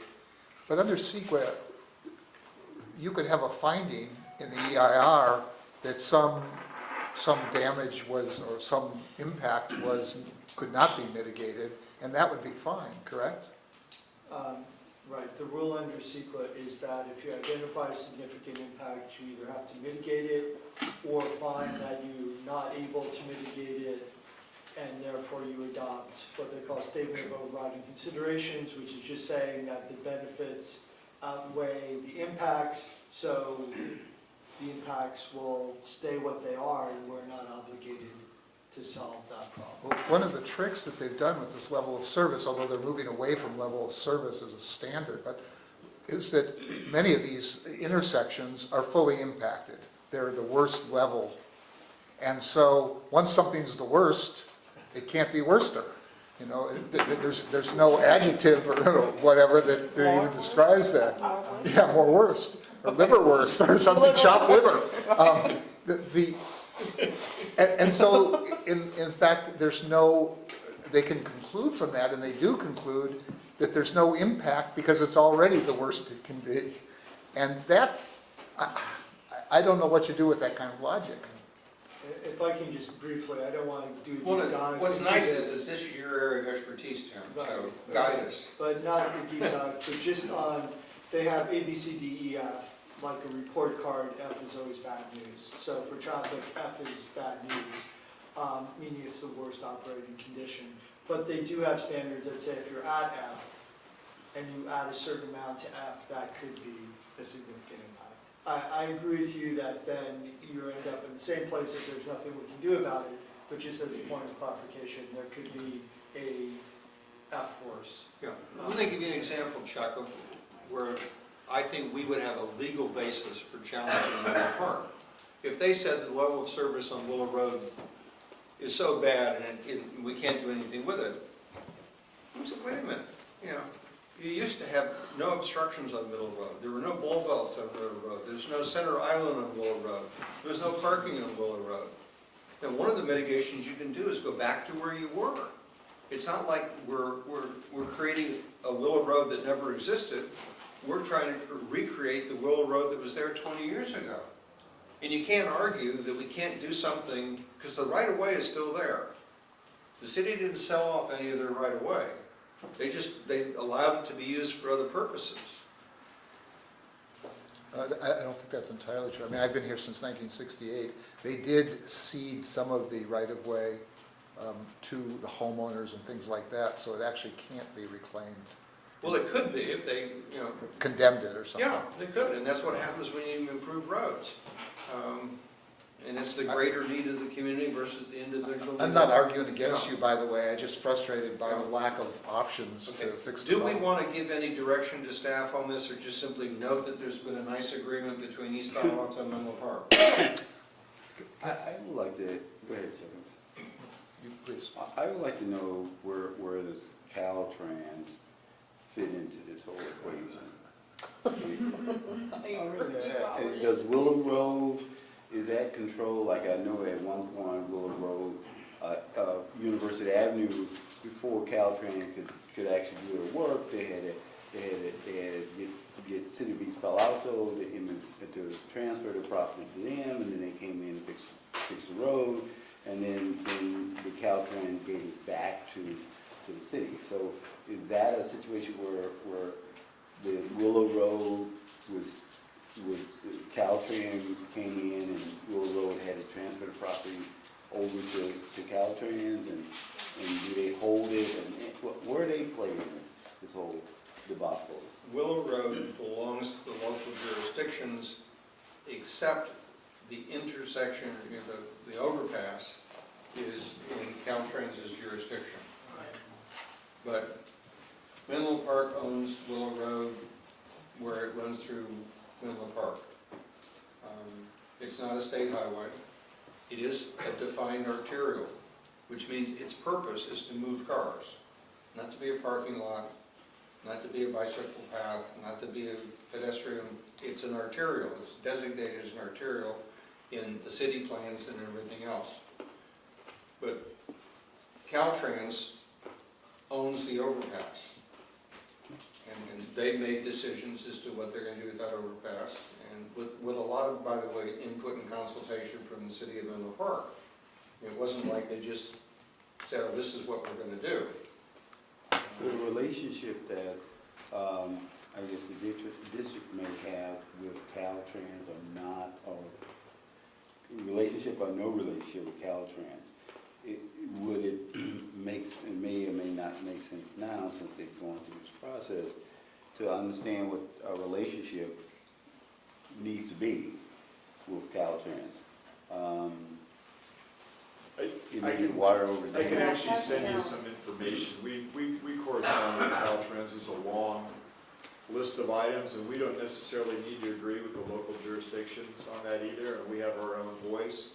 But it, not to be long, but I'll just tell you this, you gotta also understand things have changed. You have a governor that is an advocate for the environment, and so within that, they've now changed CEQA. So in CEQA, under multimodal, Director Carpenter's right, but he's not completely right when it comes to alternatives. Those are now factored in. There is no longer one way, which is to add just additional lanes. If you added bicycle lanes or bicycle paths, that equally allows you to do different things that before you couldn't do. That doesn't relieve traffic. That just creates something else that may or may not be useful. So that's the kind of contradiction that's going on. I mean, it's going on with traffic design. They use terms like induced demand, which I think is a lie. They'll tell you that, I use water, right? That, when you have, water's got to go somewhere if you have volume, and volume X and Y would be, you put it down through here and it's going to go through at a certain rate and speed. Well, under what they call induced demand, they basically say, well, that's not true. If you constrict, that's okay. If you widen, that's bad, and so that really doesn't help you. Well, I don't know. It seems to work when we put out fires, but, bigger fire, bigger hose. More water puts it out, okay? So, to move these cars and so forth, it's kind of counterintuitive. And to your point earlier, where you're right on, what really needs to get discussed is, I know Facebook bought all that property down on Willow Road, and you're going to have to widen Willow Road. You're going to have to make more lanes on Bayfront. You're going to have to build another bridge. Nobody wants to talk about that. That's the only way you're going to move all these cars, unless you go to Director Bernstein's method, where we're going to bore under everything and have tunnels. There's been, additional layers on freeways. Well, we did that down in San Francisco. That's not so good when the earthquake hit, so, in Oakland as well. So, they don't want to talk about what really needs to happen, because that allows us then to get around. The irony of all ironies, this is the one I love the most, is there's 4 bicycle lanes on the Willow Road overpass. 2 protected and 2 for people so they can keep moving without obstruction. There's not an emergency lane on that bridge at all. There's nothing for public safety. There's nothing to get through there. So who thought that one up? There's never an emergency. There never is a need for a fire truck, a police car, an ambulance. I mean, this is the problem. You don't have the right people in the room making policy with people that actually know what the real world consists of. 4 bicycle lanes on Willow Road. That's insanity. Because we wouldn't want to impede somebody's travel on a bicycle. And again, I'm not an anti-bicycle person, but it's the same thing on El Camino. The statistics in Menlo Park are 37 vehicles a day to 100 bicycles. But yet, what are we designing for? 100 bicycles. How many vehicles are being moved and how many people at that number? So, you know, if that was money, we wouldn't be talking at all because we'd be losing money for that 100. We didn't think about that. But, you know, this is obviously part of what's going on. And, you know, somewhere in there is the logic of what we do. And like I said, I'll get you some of the stuff I've sent to Caltrans. But I will tell you this.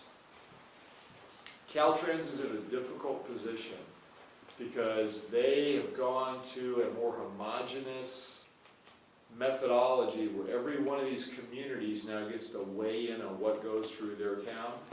And so there really isn't an adult in the room anymore to say, no, this is what we're doing because it's to the benefit of the transportation system. Every jurisdiction gets to make their own decisions. And that's why Atherton, as we discussed at the joint meeting, has better response times.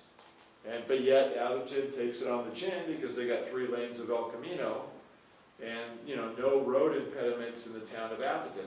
That's great for emergency response. It's not so good when everybody else's traffic backs up and they got the Here and Waze apps and they find a way to go through Atherton. And that's their challenge, you know. But Menlo Park, if they open up the road in Menlo Park, let's say El Camino, maybe that would improve what goes on in Atherton. And I would just say to the directors too, you know, it's not just us doing it alone. I think that joint meeting proved that Atherton would be a partner on some of these because they equally are impacted. Maybe differently, but certainly impacted. I think that regional conversation needs to take place between the cities in the district, for sure. Yeah, I guess I've just been around long enough to realize how it's been depressing to me how little results are from lots and lots of conversation. You know, and one of the things that, for example, we have really good conversation with a particular person on the Menlo Park City Council. And then 2 years later, that person's gone. Or the mayor will be somebody who's very supportive. And you see them 12 months later and they say, I'm no longer mayor. There's no sense of institutional responsibility. And that's a very fascinating question for how we as a society deal with that. Well, looking at the clock and looking at the agenda, do we want to provide any guidance here or just simply note that we read the settlement agreement and move on? Chuck? Well, let me say, I think it would make sense to have a conversation with the jurisdictions and see if we could make any headway. I'm not optimistic that they're going to care, but it doesn't hurt to try. Okay, Virginia? I agree with that. I think that we just note that and see how things progress, but I think it's just taken forever. I agree with you. And so Harold, you've got the meetings with the city manager. Have you continued to request a joint meeting between the 2 governing bodies? So you're talking about City of Menlo Park? Menlo Park. There's no plan for that to occur. I know, but we just I can't can keep certainly ask, asking. I can ask again, it's my annual asking. I know, we gotta keep asking. But I will say, we just met with the town of Atherton, so. And they were great. Rob? I would say that a joint meeting is definitely in order for Menlo Park and East Palo Alto. I mean, Atherton every year meets with us. I mean, you know, why can't those 2 governing bodies meet with us? Okay.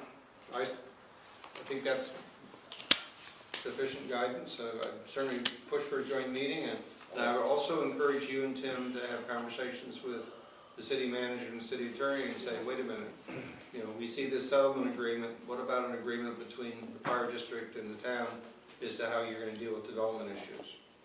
And they may just blow us off, but at least we'll know that we tried. Can we make sure not to exclude the county also? Yeah, I agree with that. Pardon? I want to make sure we don't exclude the county. Okay. Marsh Road is part of the River City. Well, No, no, after. Marsh Road gets a little bit more complicated. We'll touch upon that a little bit on item 21, but Marsh Road falls under 4 different jurisdictions. Right. So it gets very complicated. Item 21 is following up on the discussion of the joint meeting between the fire board and the town of Atherton, which, as a number of people noted, has occurred and I thought went very well.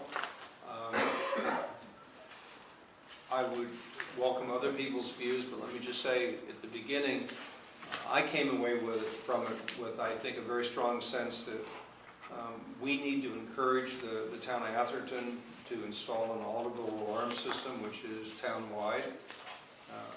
Emergency notification is a town and city responsibility. It's not our responsibility. We don't have any control over emergency notification.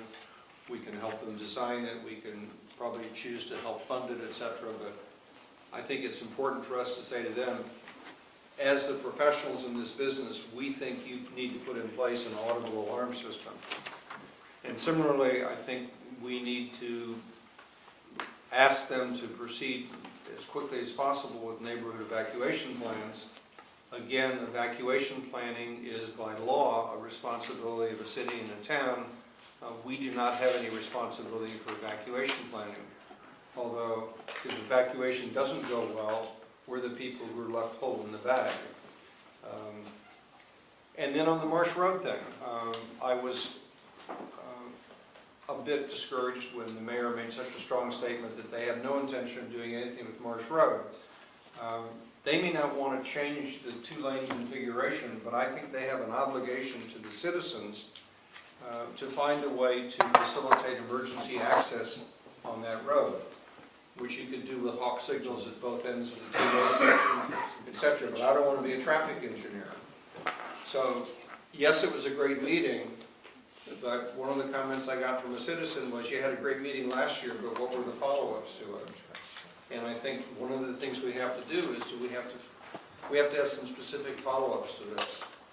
And so to me, it's audible alarm system, neighborhood evacuation plans, and making it clear to the town of Atherton that we don't have the emergency access that we need on Marsh Road. And we'd be pleased to cooperate with them in figuring out how to solve that problem, but we have no control over it. Robert? Rob?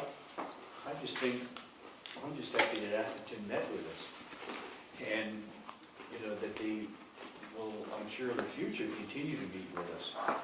And for our district to present things in a joint interest between us and Atherton.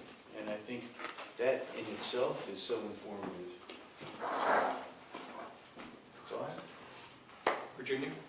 Well, as the Atherton liaison, I want to, Carrie, can you please take a message back to your council to thank them for meeting with us? I thought it was a good meeting. I thought that it accomplished a few things, which was, you know, to kind of focus on some of the issues that we need to collaborate with your town on, and also kind of repair and rebuild the relationships we have with Atherton. And so I'm just very grateful, Carrie, that y'all met with us, and I think that as we move forward, we need to continue to collaborate on those common issues that they think are important, as do we. But that doesn't mean that the Marsh Road issue that Peter brought up shouldn't be brought up, because it is, you know, kind of like a double-edged sword for the town, but it's something that we need as well.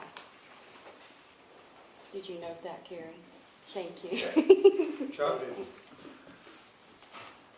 Let me say, I agree, Peter, with your thoughts on this, but I'm not quite as pessimistic about our chances of doing something in two cases. One, the audible alarm system, I think, is essential.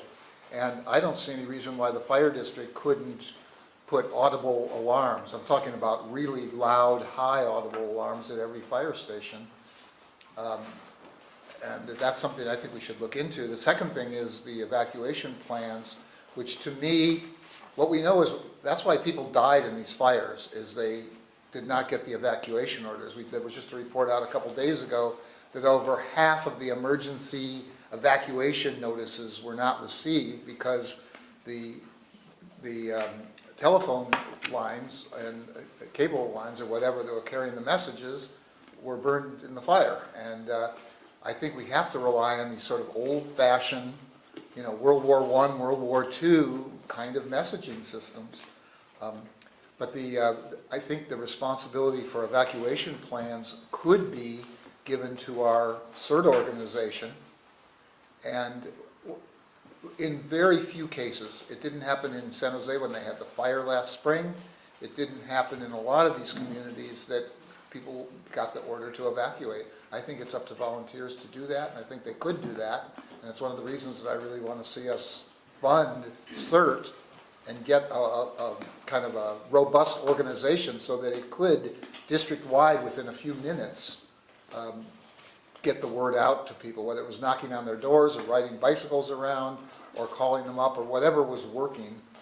But we can't wait for somebody to get a text message or whatever that's not going through. Chuck, let me just follow through with you a bit on that. I mean, I think we've made a lot of progress with the CERT issue. People forget, though, that we have no legal responsibility for CERT. Responsibility for CERT rests with the towns, the town, the city, and the county. Fire special districts have no legal responsibility for CERT program. We have taken it upon ourselves to do that because it was a void. I would welcome direction from the board or the staff to say, come to us with a budget proposal for a district-wide audible alarm system. Come to us with a proposal for putting together evacuation plans for every neighborhood in the district. The difficulty with that is, if you want to go into, let's say, the town of Atherton and install an audible alarm system, we can't do it unilaterally. You know, we can't even put one on our fire station without the town's approval. We tried to put a radio antenna at 170 Middlefield, and the town and City of Menlo Park wouldn't let us do it. So we don't have unilateral authority in these areas.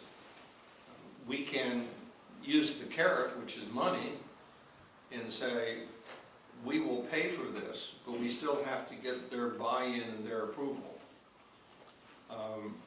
We have sort of ignored that on the CERT front. We sort of said, well, it needs to be done, so we're going to do it.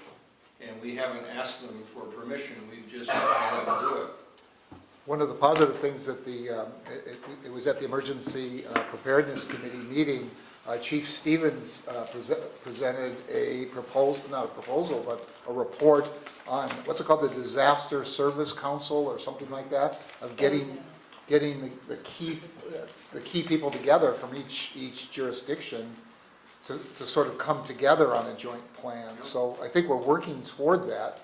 Well, I, as a member of this board, would welcome some direction from the board to the staff saying,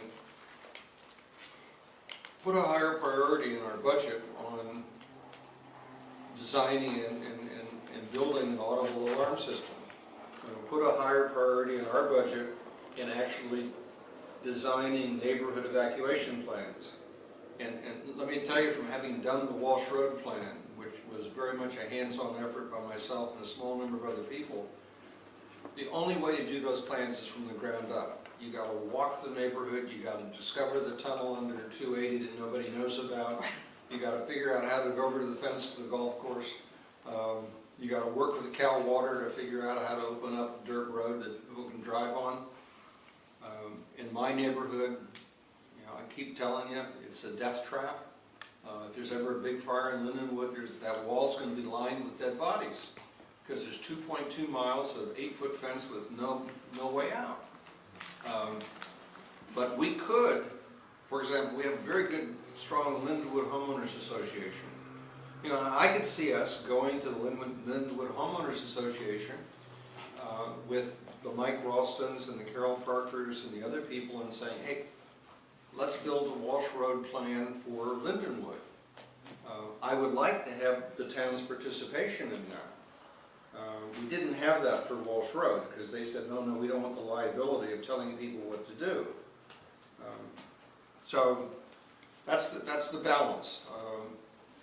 The legal responsibility for these issues rests with the town and the city, but I would certainly be very comfortable with us being bigger players in terms of providing leadership and funding, if that's what the board as a whole wants to do. We could certainly, based on this conversation, say to the staff that sometime in January, February, March, come back to us with a conceptual proposal for a district-wide audible alarm system. My own sense from looking at it is that involves more than 7 signaling points. To adequately cover the district with any audible technology, we probably need 20 or 30, but I'm just guessing based on what I've looked at. But every neighborhood's going to have an evacuation plan. For East Palo Alto, they're going to be flood-centric. For parts of Atherton, they're going to be wildland fire-centric. For the whole district, it's going to have to make provisions for earthquakes. Do we want to give direction to staff to give a higher priority to an audible alarm system proposal or concept and a higher priority to neighborhood evacuation plans? Have you talked to George about any of this? No, but I'll tell you what, I mean, look, I've been doing this a long time. If you're waiting for everybody else to do something, it will never get done. And we've been talking, the same sort of stuff since I started here, and we built a USAR team, a world-class training facility. We participate obviously and help coordinate CERT programs. We can say it's the local jurisdiction's responsibility. A lot of times that they're not going to have the means or the capability to do that. And the thing I think that's different is if you're talking about a city, they have a fire department that's baked in to the way that they operate. What makes the district, I think, part of what's unique and actually great about a special district is that we have the capability to do those things. And so, sometimes we look at our constituents, the town or whoever, and they don't necessarily have that capability, they don't necessarily have that expertise, and that's kind of what we provide. And then we can argue about, well, who really should evacuate the city? If I look at East Palo Alto, I mean, at the end of the day, it's if you don't evacuate, then we got a lot more work to do, right? If we're talking about water rescue, I mean, look at Houston. So, it's in our interest to serve the public. I think what's in the public's best interest is to be notified, to be trained, to understand what could happen and prepare people for that. And we're in a perfect position to do that, albeit that, yes, the code, the law, legalities aside, that some of those things are difficult. But is it the right thing to do? It's absolutely the right thing to do. Well, I'm not saying we shouldn't do it, I just think that we gotta work together with it, and that's why I was asking. And we've done that, and I think it's possible to do it, and we've done it successfully. So, I mean, I think we could duplicate that, and, whether it's Robert talking about East Palo Alto and flooding, or, we're talking about up along Alameda Los Bogus and fires, or Peter's neighborhood, or wherever, all of you are living. I mean, the district's also covering the entire area of Menlo Park, Atherton, East Palo Alto, the county areas. So it's again, these are all divided areas that, how do they make it work? Well, we're really one of the only vehicles that pulls it all together, or entities. So what we've done with CERT is we started down that road, no one else was going to do it, so we did it. Do we want to do that with audible alarm systems and neighborhood evacuation plans? Well, Carrie has a comment. So, just so you know, we do actually deal with the district for an evacuation plan. That's right. You are part of, and we do update it with the district. So you guys actually are formally involved with the town's EOC component and evacuation component. So those are all in the hopper. Matter of fact, if we can do it better, we're more than willing to have these discussions, because I think we try to bring this topic up pretty regularly, because we are equally as concerned to have an evacuation plan. And obviously, each evacuation plan is going to differ based on whatever the needs are and the direction. If it was a fire issue, like the Walsh Road component. Related to the siren component, news to us, but it's definitely something that, the district has some concerns, working with us to figure out. I live next to that. I'm pretty close to it, so I hear the siren when it is testing. If it was a jurisdictional wide, throughout the district, I'm sure each jurisdiction would consider it. I mean, recent events have clearly heightened everybody's concern, but there's also the attachment of how do we notify them other than the horn? What does it mean? Is it a tsunami coming, or is it a fire? So there's that component. So I think working with each jurisdiction would be a good, step. So I would propose that we ask the staff, as they put together the budget for next year, to put a higher priority on a project called the audible alarm system, and a higher priority on neighborhood evacuation plans. And that's very different, by the way, than the evacuation plans that you guys have been working on, because they're not neighborhood-based, they're just sort of, you know, it's a much more, it's a macro rather than a micro plan. Atherton in particular it's an older population. People who are not necessarily mobile. And one of the things we have learned from the Oakland fire is the last thing you want to do is have everybody get in cars, because they're all going to die in cars. If you start trying to set, and one of the reasons why they didn't notify in Santa Rosa is they thought we'd overload the road system. And so one of the things we did with Walsh Road is we said to people, there's lots of other ways you can get out of here rather than by car. You can walk under 280, you can go over the fence. So And that's why I think neighborhood plans are really got to be the key to this. So you're talking about district-wide, not just Atherton, just to Well, be my clear. sense is that, and you know, some people may look at this and say, well, wait a minute, you know, why are you doing? I think of the communities we work with, the one that is most likely to partner with us on evacuation plans and audible alarms is the town of Atherton. And you'll note in my report that's later on in here that when I talked about my concern about jurisdictions, I said except for the town of Atherton. I think we have an opportunity to do some things with them which will then serve as a model. ADAPT, for example, is the best developed CERT program in the district, and it now serves as a model for other places. And part of me says, well, you know, isn't it wrong to sort of, you know, favor that one community? Well, they are the most receptive partner, and as they would like to remind us, they also pay a lot of property taxes. So there is some rationale for saying, okay, we're going to prioritize, and we will say to all the jurisdictions, we want to do audible alarms and we want to do neighborhood plans. You know, but you have to sign up. And guess who's going to sign up first? It's going to be the town of Atherton. And then it'll probably be East Palo Alto. And then it'll probably be the county. And way behind everybody else will be the city of Menlo Park, is my prediction. So, I mean, I think it's a good idea, Peter, but I also think that we, you know, Harold you work with the staff from the other jurisdictions, that you offered this to, that, you know, this is something that we want to work with you on, right? And maybe they'll kind of fall in line, I mean, especially given all of the disasters that have happened literally across this entire state, except our area, thankfully. I mean, although Woodside had its problem, but, I mean, and no, that's significant, right? I mean, it just shows you it can happen. So, I mean, I'm in agreement, Peter, I just don't want to, and I get that Atherton's the low-hanging fruit, but I think you should reach out. Yeah, you should reach out, Harold, to Carlos Martinez about this. I mean, I'm sure that y'all are in communication regularly, but I also agree that they're, East Palo Alto, they are probably more likely to come on board, especially with their growth and their flooding and all of that there.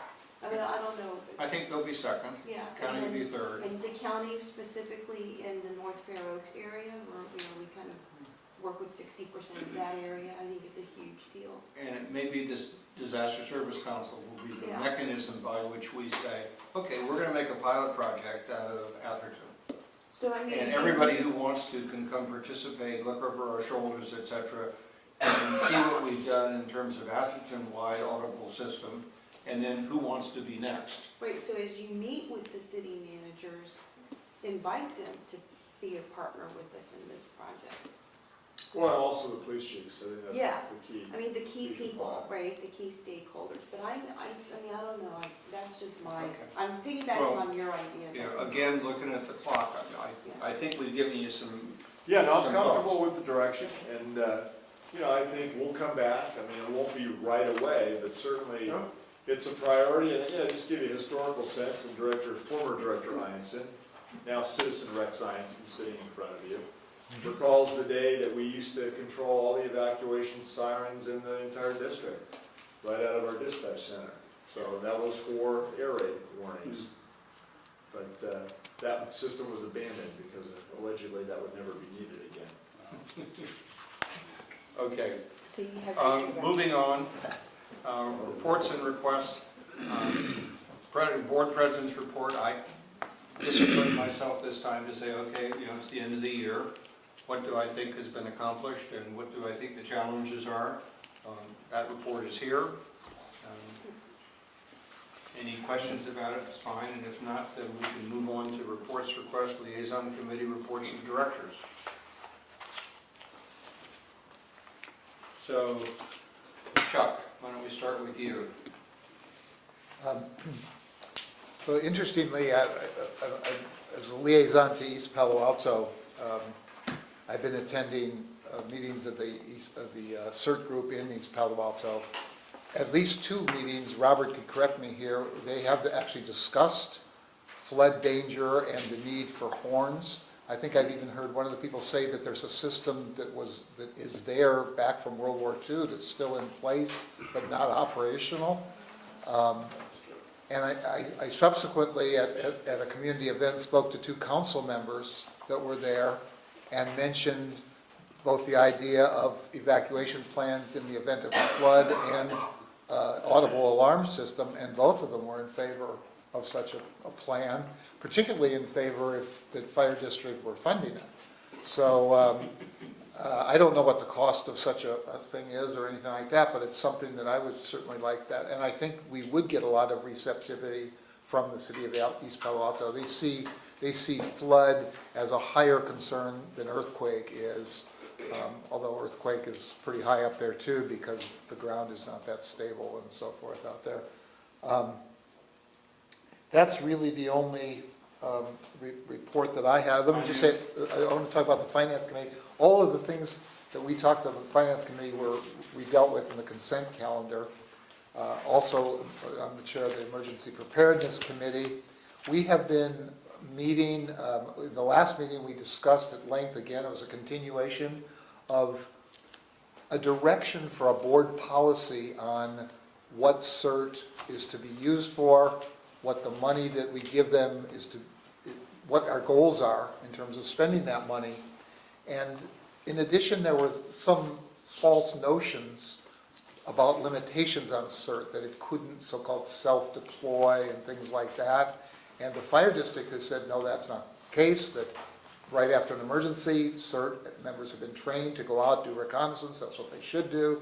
And what I'm looking for is simply a statement from the board at some point, probably take another month or 2 to work out. Right now, Ryan Zollicoffer is looking at it, Chief Stevens is looking at it, other people from CERT are looking at it. And I think we just need a policy that says, CERT, this is what you're authorized to do, this is your mission.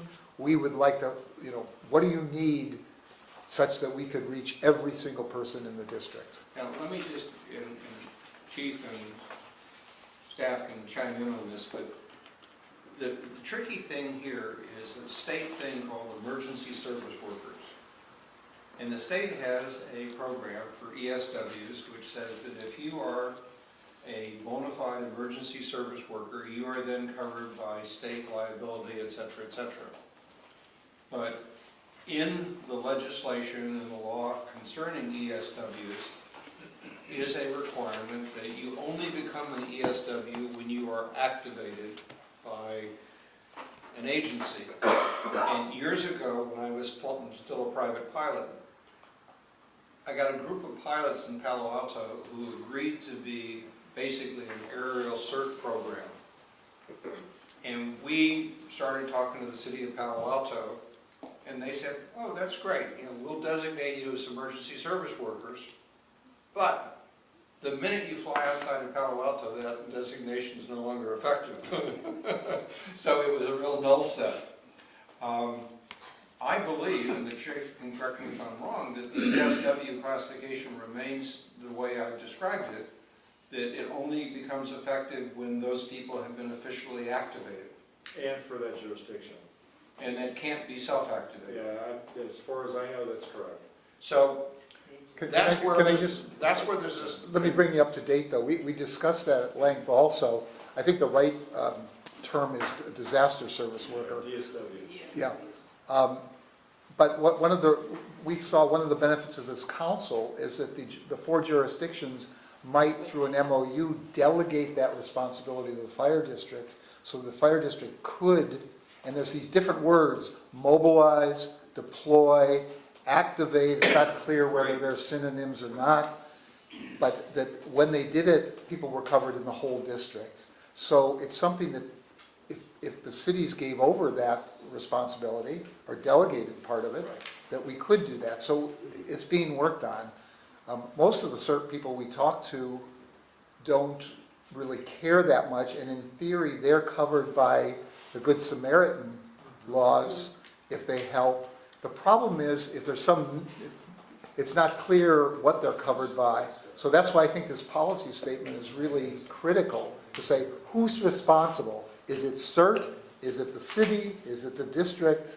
Who's doing this? And that's why I think we need a policy issue. In ADAPT, we've always taken, and for those of you not familiar with the term ADAPT, it's the Atherton Disaster Assistance and Preparedness Team, which is Atherton's version of the CERT.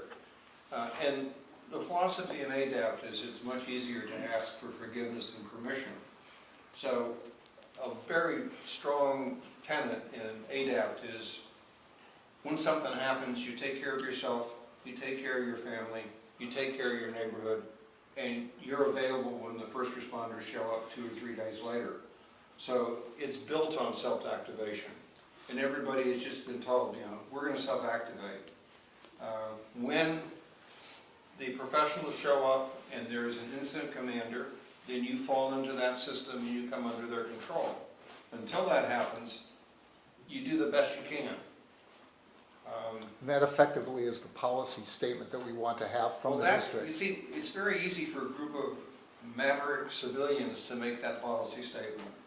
It's a little bit more difficult for an agency to make that policy statement, but I think you're right. We ought to try to at least come to grips with what we can and cannot say. Well, we're funding these groups in part, and that creates some liability or some potential liability, so we ought to just clarify what it is that we're funding them to do. And that's where we're going. Virginia? Yeah, just a quick report. So we had our second county safe task force meeting at Station 4, and that's the task force that discusses the why Santa Cruz, Sandhill, Alameda. So that was, we're just getting input from the residents there, and John Johnston was there, and so did you give the maps to Harold? There are maps and all of this there, so we're going to be meeting some more, and as things progress, I'll let everyone know. Also, we had the Atherton joint meeting, which was really good, so thank you again, Carrie. And lastly, this is my favorite. This box here has 400 to 500 thank you cards from students of Lon Trotta Middle School to California Task Force 3 emergency responders. Every year, Lon Trotta does like a Christmas or holiday fair, and so one of the things that the kids wanted to do is write thank you notes. And so I want to present this to you, Harold, and I want to read a few of them. They're really, really cute. So one says, thank you for saving all the people in fires. You are a hero. You are appreciated. Dear firefighters, thank you for being amazing and fighting a lot of fires. You are a big help and look cool. Thank you. That's the strike team coming up. Right.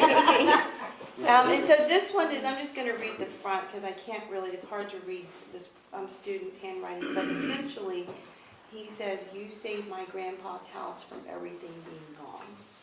So it's very, very compelling, and so I wanted to just give you this box of holiday cards, 400 to 500 from the Lon Trotta Middle School students, and if you can pass them out to the various Task Force 3 members, that would be fantastic. Sure. And this was given to me by the PTA president, Cheryl Chofan, so I wanted to thank her too. She couldn't be here tonight, so I'll take those over for you.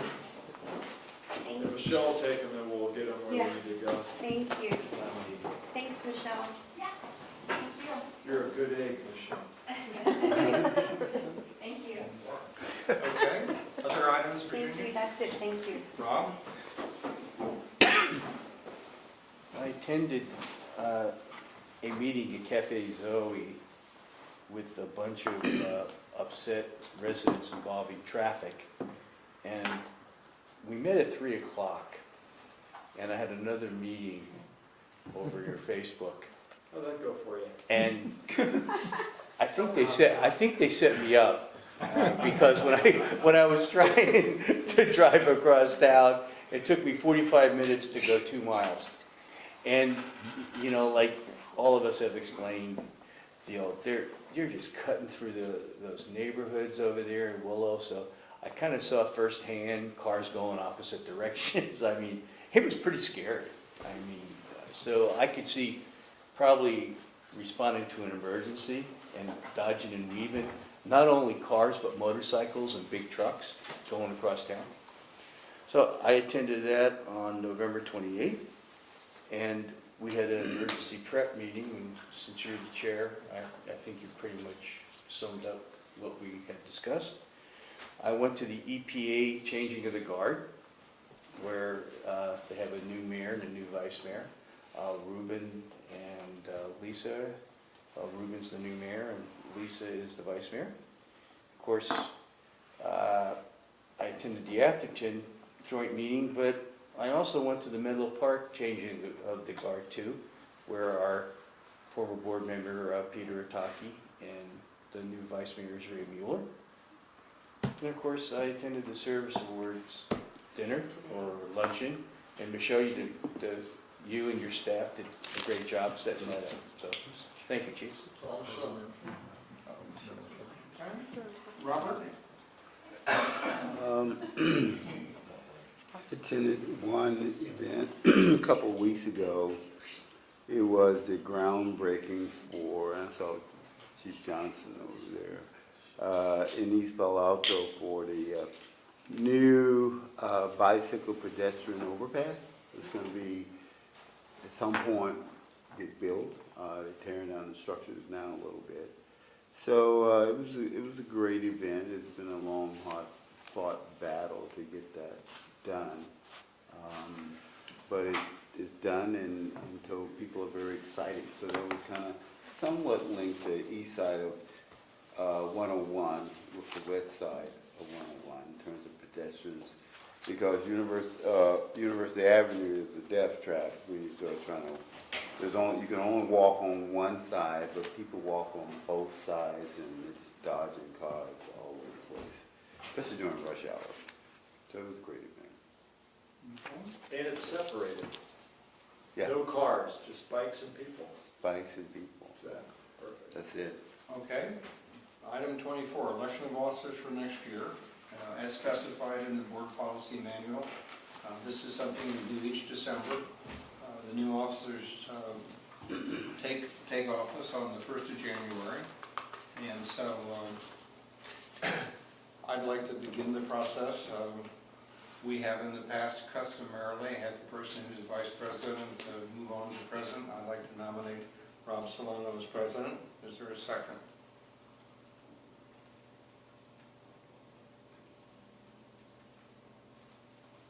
Okay. You want to second it? I'll second it. Okay. Have a motion and a second. All those in favor? Aye. Opposed? Aye. Okay. Is there another nomination? I'd like to nominate someone. I'd like to nominate Chuck Bernstein. He has been the finance chair for the last 3 years. He has not served as an officer of this board. I think that he's grown a lot as a director, and I think he deserves a chance to be the president of this board. Second. Any discussion? Okay. All those in favor? Aye. Aye. Aye. Nomination for vice president. I'd like to nominate Robert. I'll second that. I respectfully want to withdraw my nomination. Thank you for asking me, but I think I'm just way too new. It's only my third real board meeting, and I think I need to get my feet with. So, thank you for the offer, but I withdraw my nomination. Okay. I would like to nominate Virginia for vice president. I'll second that. All those in favor? Aye. Opposed? Okay, done. We now have public comment number 3. And then there's a bunch of information-only items, and then we need to adjourn and back into our closed session, Which will be here. which will stay here. And we'll kick it in Can we take a little break? So you can go home. Look, you can go home.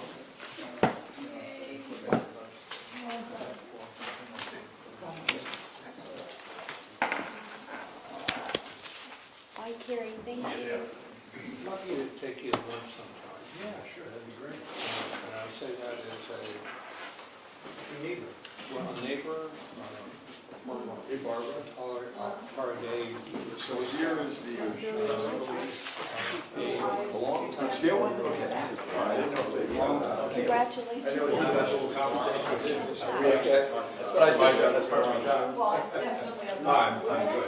So now you- thank you for sitting through this. No, it's very good. Yeah. It was really great to Oh, meet you. Lord. When I go back tonight, he says the rest of this are just so. And I know this just because you've had the fire. I said to them, why don't you go to the Seminary, but these bigger events, they do bigger So we were gonna have a survey, they're better report. Yeah, they've got their. Well, and the other thing, Thank you for the vote, I appreciate you it. get the euro searching. We'll help you do it. Or you asked me a question. So that's hard, I'll have someone else. We've done it before. Okay. So now, are you getting yours? Well, we do, yes. Thank you again. I brought some extra releases, I saw that you had.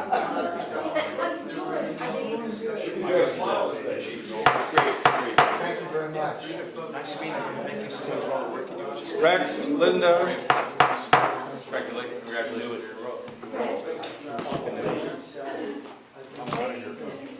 I will, all you do is. So send me this. Congratulations, reporter, I was out. I stayed alive as an agent. Will you sit? I'll go off what we did tonight. That's what's real. Is that any thought? In fact,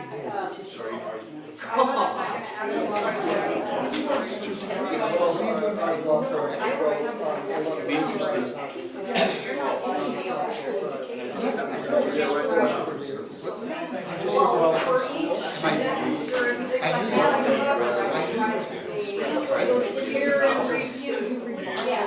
Well, you got some of my stuff. excuse me, we have to adjourn to our closed session. Thank you very much. We'll talk tomorrow. Yeah, we go, I'm around.